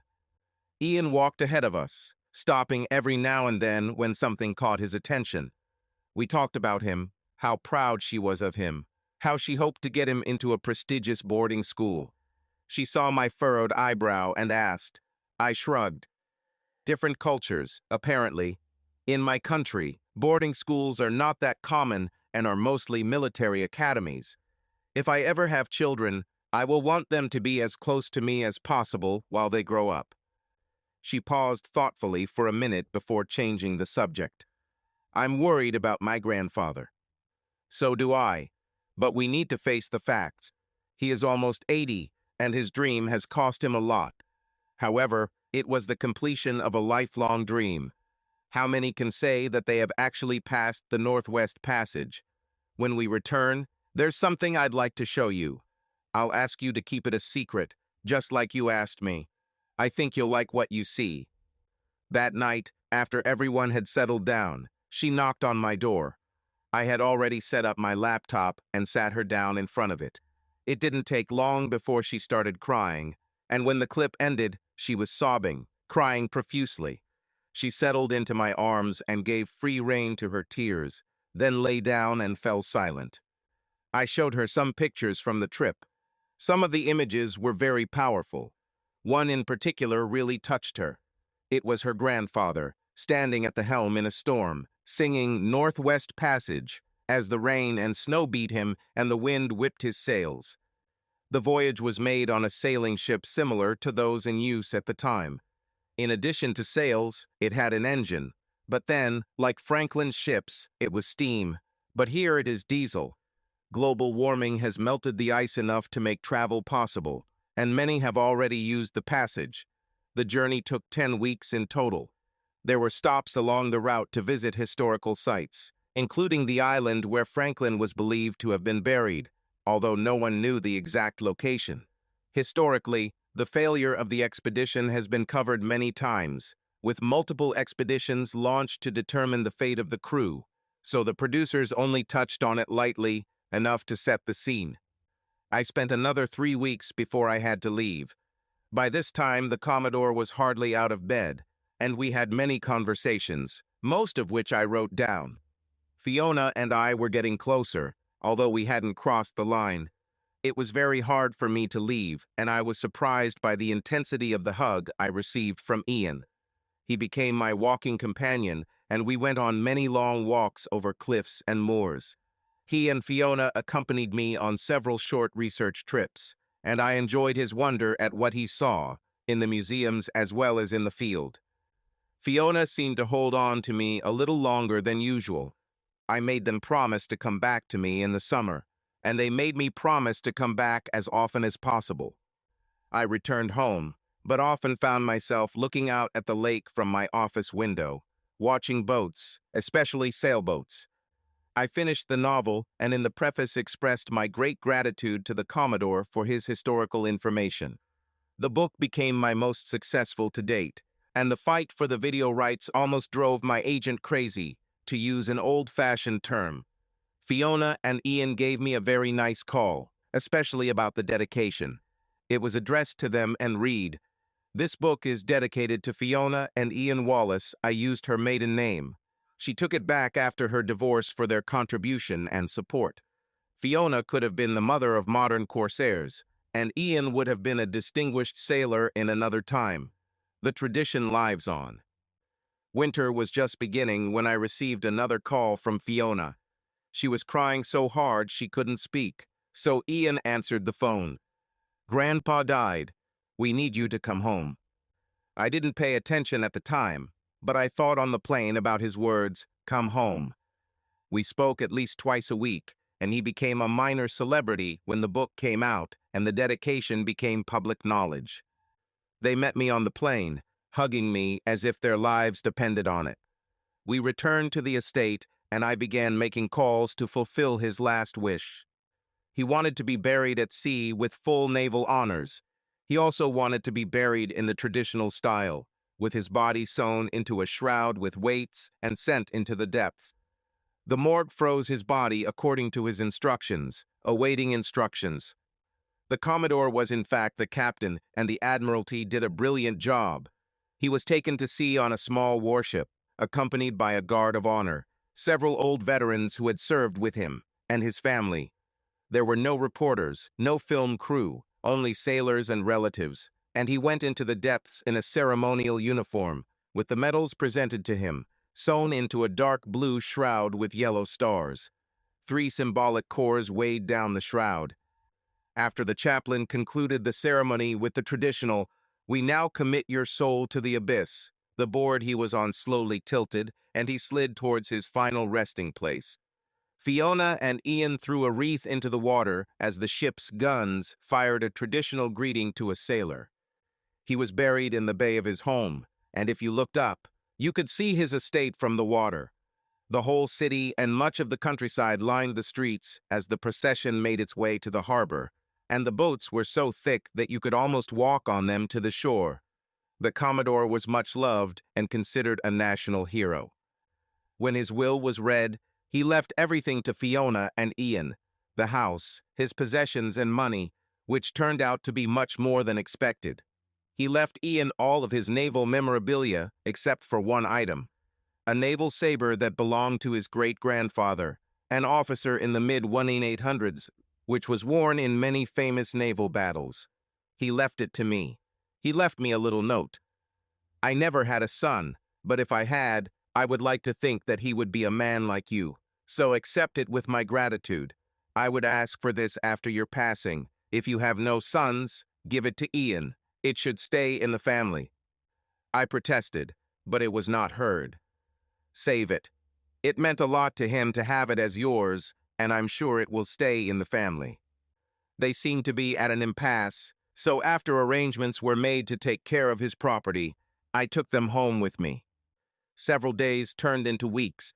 Something had to be done about Ian's training, so I sent him to a private academy that was highly respected. It took him a while, but he adjusted to the fact that I had a lot of boys and quite a few girls under my feet on the weekends. Even at 13, his fiery red hair, natural beauty, and instinctive charm made all the girls follow him like loving puppies. Sometimes it was very amusing, sometimes it was annoying. Fiona was a little mopey, but all the children under her feet brought her out of this state. She soon became friends with mothers and began participating in school activities. I've been writing something new, something that will require a little travel, but that can wait until the summer. We settled into semi-homey bliss and bonded as a family. I was required to attend all of Ian's school events, and when one of the mothers got too close, Fiona would squeeze my hand in hers, sending a message. A month after I brought them home, we were sitting by the fire and looking at the frozen lake. Ian went to the movies with friends and stayed the night, so we had the house to ourselves. Fiona fumbled for a minute before speaking. "Miles, I need to know if you have any feelings for me, a man's feelings for a woman, because I'm falling in love with you, something I never thought I'd experience again. But you haven't given me any indication, so if you don't think so, I think Ian and I will go home." "Where are your passports?" "What?" "Where are your passports?" "They're in my room, in the dresser drawer." "Bring them, please." All sorts of thoughts must have been running through her head, but she caught them. Follow me. I took her to my bedroom and put them in the safe. Here, now you can't leave, at least not until you go through the process of getting new ones. I'm holding you and Ian hostage. It took her a second, but a smile spread across her face. Then she threw me onto the bed. Didn't expect this to happen. I also didn't see her clothes being removed in record time. Fiona was a Norse goddess. She was an inch taller than me, and I was even 6 feet tall. We were going to one of Ian's school events that required a suit and dress, and she shocked me with how good she looked. I hugged her and frowned. Where are your heels? A dress like this requires heels. I did not want. She fell silent. What didn't you want? To be taller than me? That ship has sailed, honey. Now go get your best pair and let's impress some people. Her heels were only 3 inches, but that made her, pun intended, stand head and shoulders above the rest of the women present. Some men tried to impress her, but she just smiled at them until they got nervous and left. If a woman were to approach me, the look on her face would make them think of Valkyries. All this flashed through my head when we went to bed. When she expressed her concern, I received a rather sharp blow to the back of my head and grinned. Trust me, honey, they're all wondering how tall you'd be if you were lying flat. When she was above me, kissing me and tugging at my clothes, I realized that we were absolutely the same height. We had sex as if she were a Viking warrior maiden, and I was a pagan whom she was trying to defeat in battle. However, when we finished, she turned into the biggest kitten on the planet, purring with happiness as her fingers traced patterns on the skin she touched. We fell asleep in each other's arms. We woke up at the same time and started confirming that we were sexually compatible, to the point that we were still doing it when we heard the door open. Ian came home early. Fiona rose from the bed as if it were on fire and tried to find her clothes. I put on sweatpants and a t-shirt and met him in the hallway. You come home early. Yeah, Brady got sick and his mom thought it would be a good idea to take me home.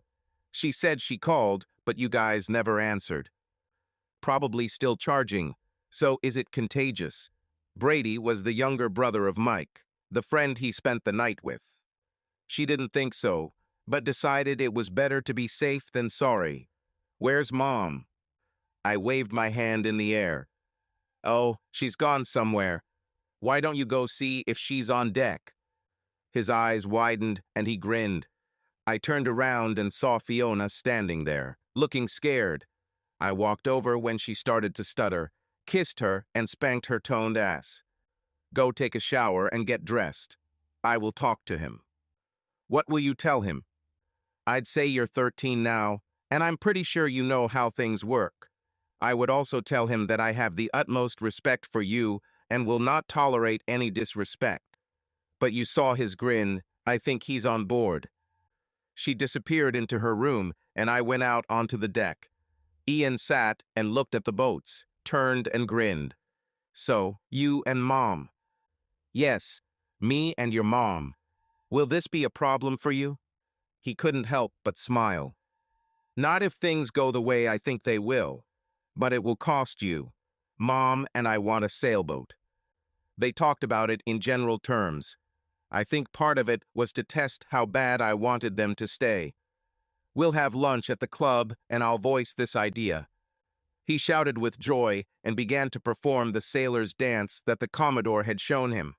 What Ian didn't know was that he had taught me too. We were just doing high jumps, hands on hips, and as we were spinning, Fiona appeared, filming the dance on her phone. We didn't miss a single movement. At the end, we straightened up sharply and saluted carefully. She laughed and cried at the same time as she opened her arms, and we hugged her as tightly as we could. As we let go of each other and collapsed onto the lawn furniture, Ian exclaimed, "Mom, yes, Miles is going to buy us a sailboat." I said we'd look at the boats. We'll see, I corrected gently. Fiona's face lit up with joy. You will learn, my dear boy, that when a man says to his woman and child, "We'll see," it means the matter is almost decided. Pleasure shot through me like lightning. The next day, we found ourselves at the yacht club for Sunday brunch. I wasn't a member of the club, but I knew a lot of people, and it was easy to arrange an invitation, especially when I said I was looking for a boat. Fiona looked regal, for lack of a better word. Ian stood tall and proud by her side. I had a feeling that if we stayed together, I would end up in the background, but that was just fine with me. We sat at the governor's table, at his insistence, after he found out who Fiona was. Your grandfather was much loved, Miss Wallace. We miss him dearly. She thanked him, and they began discussing her grandfather's latest adventures sailing the Northwest Passage. I smiled, thinking about the documentary that was coming out next month. Much of it is dedicated to her grandfather. The final scenes showed him standing at the helm during a storm, his long white hair and beard blowing in the wind.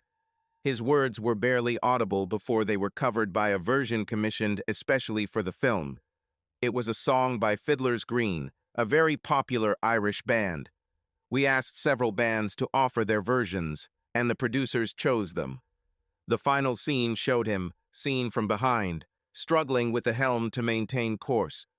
The voices in the song soared powerfully as the screen went dark, showing his name and date of death. After brunch, we strolled around the harbor where he showed us several boats for sale. I can say that Fiona was not impressed by them. We then stopped by his office, and he showed her several that were sold locally and throughout the Southeast. He showed her one and began flipping through more. This one. I was not a boat person, but the governor later told me that this was the best of the bunch, a 38-footer with clean lines. It even had a cabin, and the sofa could be turned into a bed. It was a little more grand than I expected, but owing the bank, it felt like Fiona had the keys to the safe. We looked it over, and I wrote a check. Summer has already arrived, and we spent a lot of time on the water. The sails were raised using electric motors, but they were hardly used. I became a pretty good sailor in good weather, but if the weather turned bad, Fiona or Ian took the helm. Fiona and I often went out to sea together, and one of my fondest memories was making love in a thunderstorm while the boat rocked. We were anchored in a sheltered bay, so we were fine. That night, I gave her a ring. Before that, we went to Canada for the premiere of a documentary. It was a private screening, mostly for the cast and crew, their families, and a few invited guests. I deliberately didn't say anything to Fiona and Ian because I wanted to see their genuine reaction. This could have been a mistake. As the movie progressed, she became quieter and more motionless, squeezing our hands so tightly that I felt my blood circulation cut off. As the credits rolled, she collapsed into loud sobs. There was silence in the hall. Then the man stood up and began to sing in a loud, clear tenor. Others rose in twos and threes, and those who knew the words joined in the singing. The military veterans stood at attention and all saluted, holding the salute until the very end. I supported Fiona and saw Ian standing tall as a string, holding his own salute even as the tears flowed freely. The cameras focused on him as the song ended. As the lights came on, every person in the theater walked past Fiona and Ian, exchanging hugs, pats on the back, and words of comfort. One small woman, who must have been in her 80s, really touched her when she hugged her and stepped back. Old sea wolves never die, dear. They just go on a new journey. You'll see him one day, standing at the helm, ready to welcome you aboard. The production company set up video cameras and recording equipment to film it as a tribute to Fiona and Ian, but then asked permission to release it on YouTube, partly as a tribute, partly to promote the film. When it came out, the BBC and most American channels showed clips of people in cinemas standing up and singing together. It was especially popular in Canada when it was revealed that Nathan Rogers was part of the crew. His father, Stan, wrote Northwest Passage, which was so popular in Canada that it was considered the second national anthem. He joined for a short segment of the trip and still talks about it at his concerts. There was a segment where he sat with most of the crew singing an old sea chant. Captain Wallace was the subject of a Channel 4 documentary, and I was listed as the biographer. The film had many conversations that I recorded, all carefully vetted before permission was given, and within a year there was a movement to put his image on a postage stamp. When we finally returned to our room, she barely had time to undress before falling into a deep sleep. Ian and I sat for a while, and I asked him what he thought. I think I'd like to be with him. Because he lived in the States, I didn't get to spend much time with him, but when I was around, I could barely leave his side. He was great, wasn't he? He was a true legend, son. You have a great legacy ahead of you. Fiona was up before us the next morning, and I found her sipping tea on the terrace. Are you okay? She smiled, but it was a pale smile. Yeah, just a little overwhelmed. I don't think I mourned him enough. My father was away a lot, and he's the person I consider my real parent. Then she sat on my lap and snuggled. I have to thank you. You never said, but the film crew let me know that you financed the expedition, saying that you wanted it to be filmed, and many are adamant that it was only to fulfill my grandfather's dream. I can't express my gratitude in words. I did it because I could, and because I knew how much it meant to him. He had been trying to organize this for years. I was just lucky to be in the right place at the right time. You thought highly of him enough to spend $12 million on his dream. I'll never forget. I really didn't like that she knew how much I spent. I could afford it, and the estimated calculations showed that I would make a handsome profit. But the truth is, even if it was a failure, I would still do it. We spent 3 weeks on the estate before returning home. Ian returned to the joys of his youth, with caring parents and a bright future. Thanks to my condition, he would never need a job unless he wanted to, but I knew he would have some kind of career. He's simply not made for idleness. We finally talked about money when she received the ring. I don't want your money. I have my own income, so I will never be without money. I just smiled. Don't want my money, honey? Well, I'm afraid I'll have to resort to the TFB article. What the hell does that mean? It means your financial distress. You will get the money whether you like it or not, and then it will go to Ian. This topic is no longer discussed. She was still trying to say something when I left. My parents and siblings loved Fiona and Ian. As soon as they became acquainted, my mother began to drop hints. Fi and I discussed this. I was 39 and she was 36, and we both thought it was better if we didn't have children. She had problems giving birth with Ian, and doctors strongly advised her not to give birth again, saying she could, but it would be really dangerous. She cried a little about this. I've always wanted a daughter, and I'd like one with you. I waited a year before offering her an alternative. Meanwhile, we got married. Twice. Once in the States and once in Scotland. It was important to her, so I had no objections. 3 days later, she disappeared for a while and came back smiling like crazy. That evening, she showed me a photograph taken in a secret cave where our names were engraved next to her grandparents' names. You are mine for life, my dear. You didn't have to have it carved in stone for it to be true, but I admit, it's cute. My next book was something unusual for me. It was a biography of Sir Winston Stonewallis, Captain. That's right. The Commodore was a lord in the Scottish aristocracy. He laughed about it with me one day. When my ancestors came up, you could practically gain lordship for wearing your trousers correctly and having a few pounds to donate to whatever war was raging.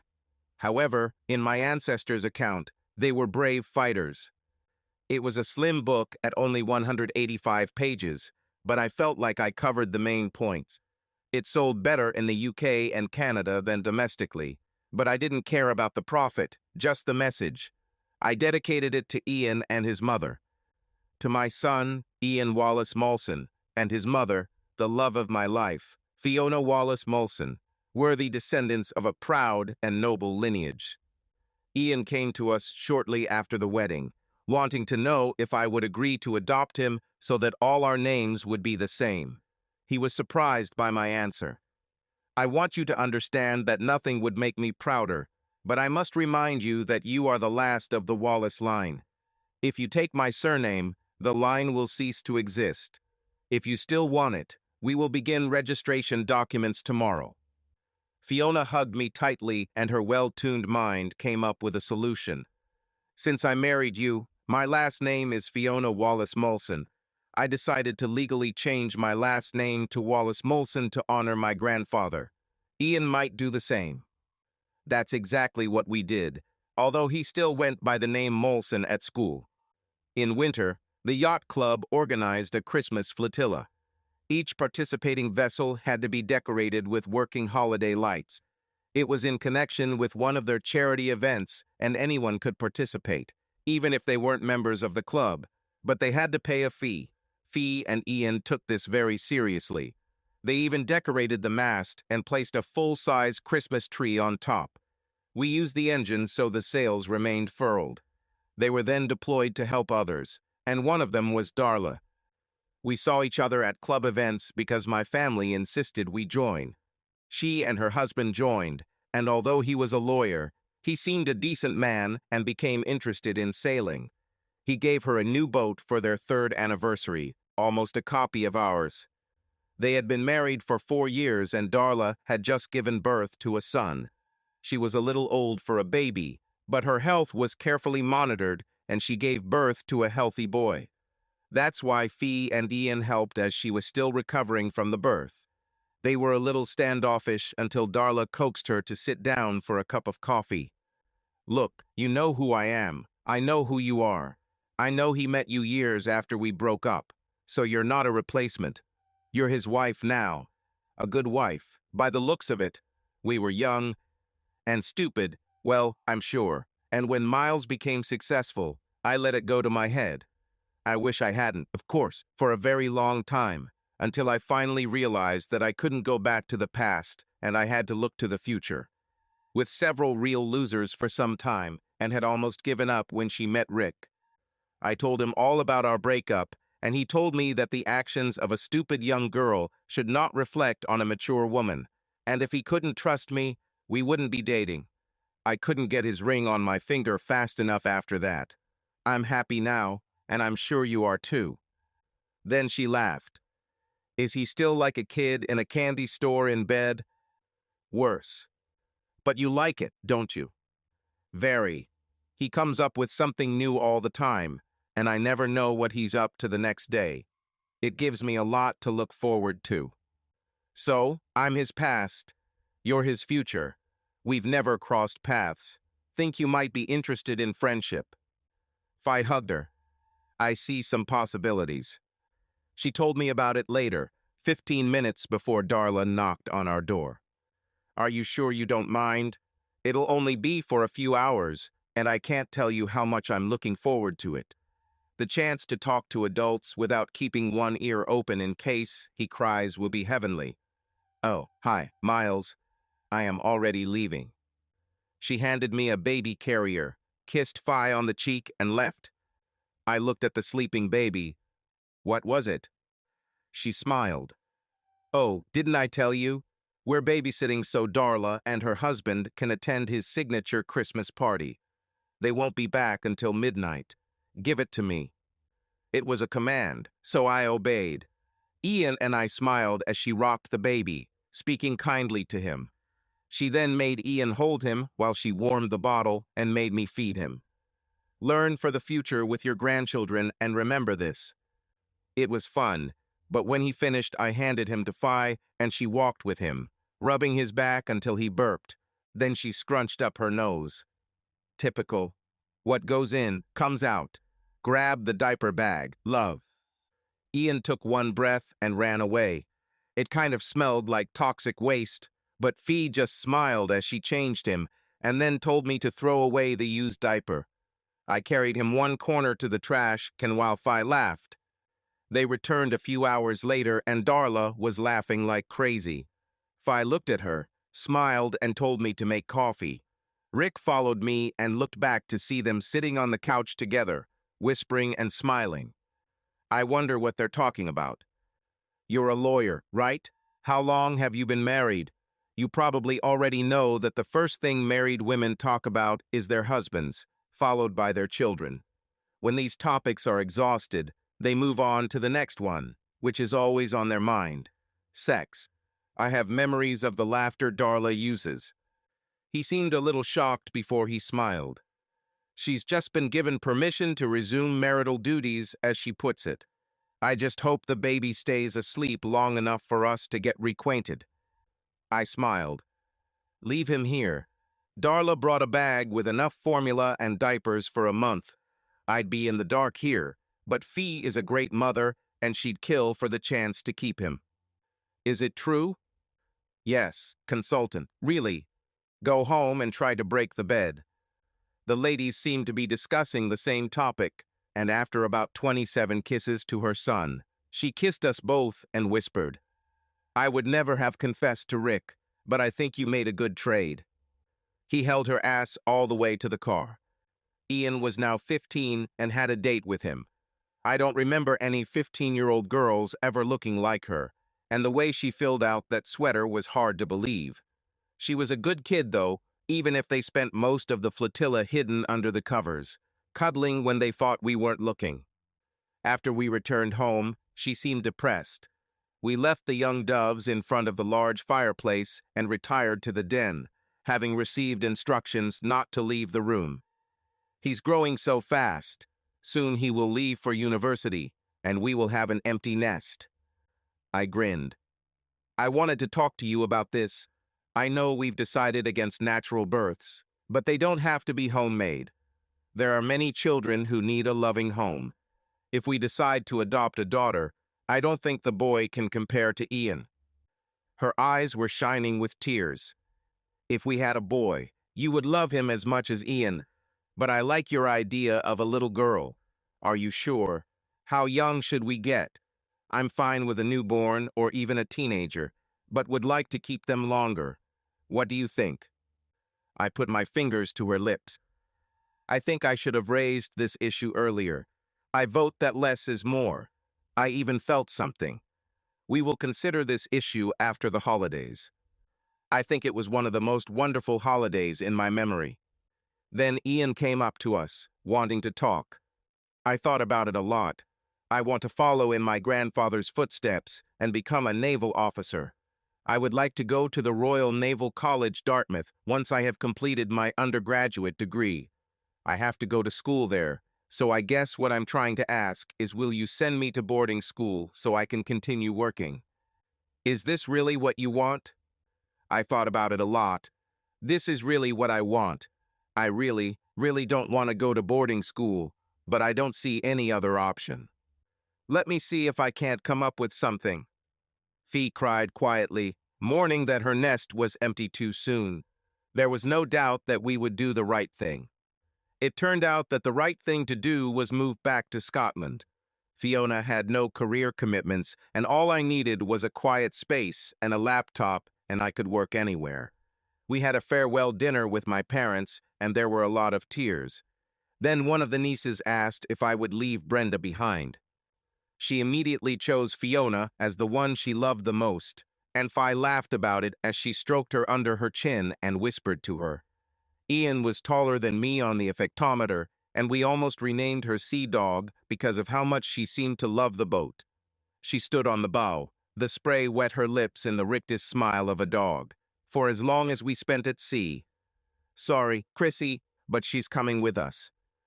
There were a lot of tears at the farewell party at the yacht club, even though I explained that we would definitely be spending most of our years here. Darlene and Fee became good friends and cried in each other's arms as they said goodbye. 2 days after the party, we locked up our lake house and headed across the ocean. Ian entered a prestigious school where he could study while staying at home, and soon cute young girls were fascinated by the tanned, muscular guy. Some parents pushed their daughters to him, hoping for a profitable marriage. Fi laughed at my indignation. It's a worldwide habit, I'm afraid. Arranged marriage still exists in one form or another. Some customs never seem to die. He and the 3 girls made peace with this and demonstratively became friends in front of their parents. I worked, producing one novel and planning another. I fell in love with writing every other nautical book that people responded well to. I acquired a taste for this after a book about piracy and greed along the coast of South America. One critic called me a more polished Clive Cussler, which was hilarious and completely inaccurate. I met Mr. Cussler, and his love for the sea was miles beyond anything I could have imagined. We became such good friends that he invited me on a historical expedition through his foundation. He has discovered and recovered several shipwrecks, and I can only think of one person who could match his knowledge. The Commodore would be delighted with him. I think he considered his greatest achievement to be the raising of the Hunley, the first Confederate submarine. I was on time and couldn't go, and a few months later I read about how he found and restored 4 historic cannons used to defend New Orleans in 1812. I sent a beautiful wreath when he passed and seriously considered writing a book based on some of his exploits, but decided to put it off until a little more time had passed. We had considered adoption while we were in the U.S. and were now repeating the process here. I started to feel discouraged about the whole process. Then Fi returned from the city with 2 cars behind her. 3 men emerged from one wearing clothes that screamed public servant in any language. 2 women in more casual clothing emerged from another, opening the doors at the back and pulling out 2 packages. The bundles turned out to be twins, just over 2 years old, who looked dazed and scared and not at all happy. Fee led everyone into the living room, a space we rarely used, more for impression than comfort. I walked out of the office and her smile could have lit up half of Scotland. Here he is. Let me introduce my husband, Miles. I introduced myself to everyone by name and shook hands, still trying to figure out what was going on. By then, Fee had both girls in her lap, hugging them. Honey, these sweet kids are Cara and Florence. Their parents died in a terrible accident, and now they are alone. I would like to make it up to you. They spent 3 hours with us while we filled out a lot of paperwork. Finally, the woman in charge of the process shook my hand. Congratulations. You are a temporary father. These girls are in your care with the prospect of full adoption. We will be checking in to see how they are doing to make sure they are safe. I have no doubt that you are up to the challenge. Good luck to you. Then they left. Fi looked at me and smiled. Congratulations, honey, we're having girls. Then her face took on a serious expression. I know this is sudden and may be shocking, but it was an opportunity I took advantage of. Their parents died in a boating accident. They had no immediate family left and would have been sent to foster care. When I heard the news, I immediately came to their office. For the first time in my life, I used my position as a lady for more than just charity work. Please don't be angry. Now I held Cara, rocking her gently, feeling the fear leave her small body. Fiona rocked Florence as tears fell from her cheeks. It's unexpected, but perfect. So pull yourself together, old maid. We've got a long way to go. By this time, the girls had fallen asleep, and we carefully put them to bed. Then she melted into my arms, tears of happiness streaming down her face. Ian returned home and heard the story.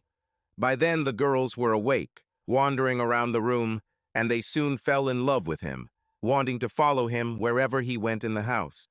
I thought it was funny, and he loved it. It took about 6 months before they realized he was their older brother, and they would wait for him at the door when he came home from class, and they would hug each other for about 15 or 20 minutes. They couldn't pronounce brother clearly, so it became Bubby.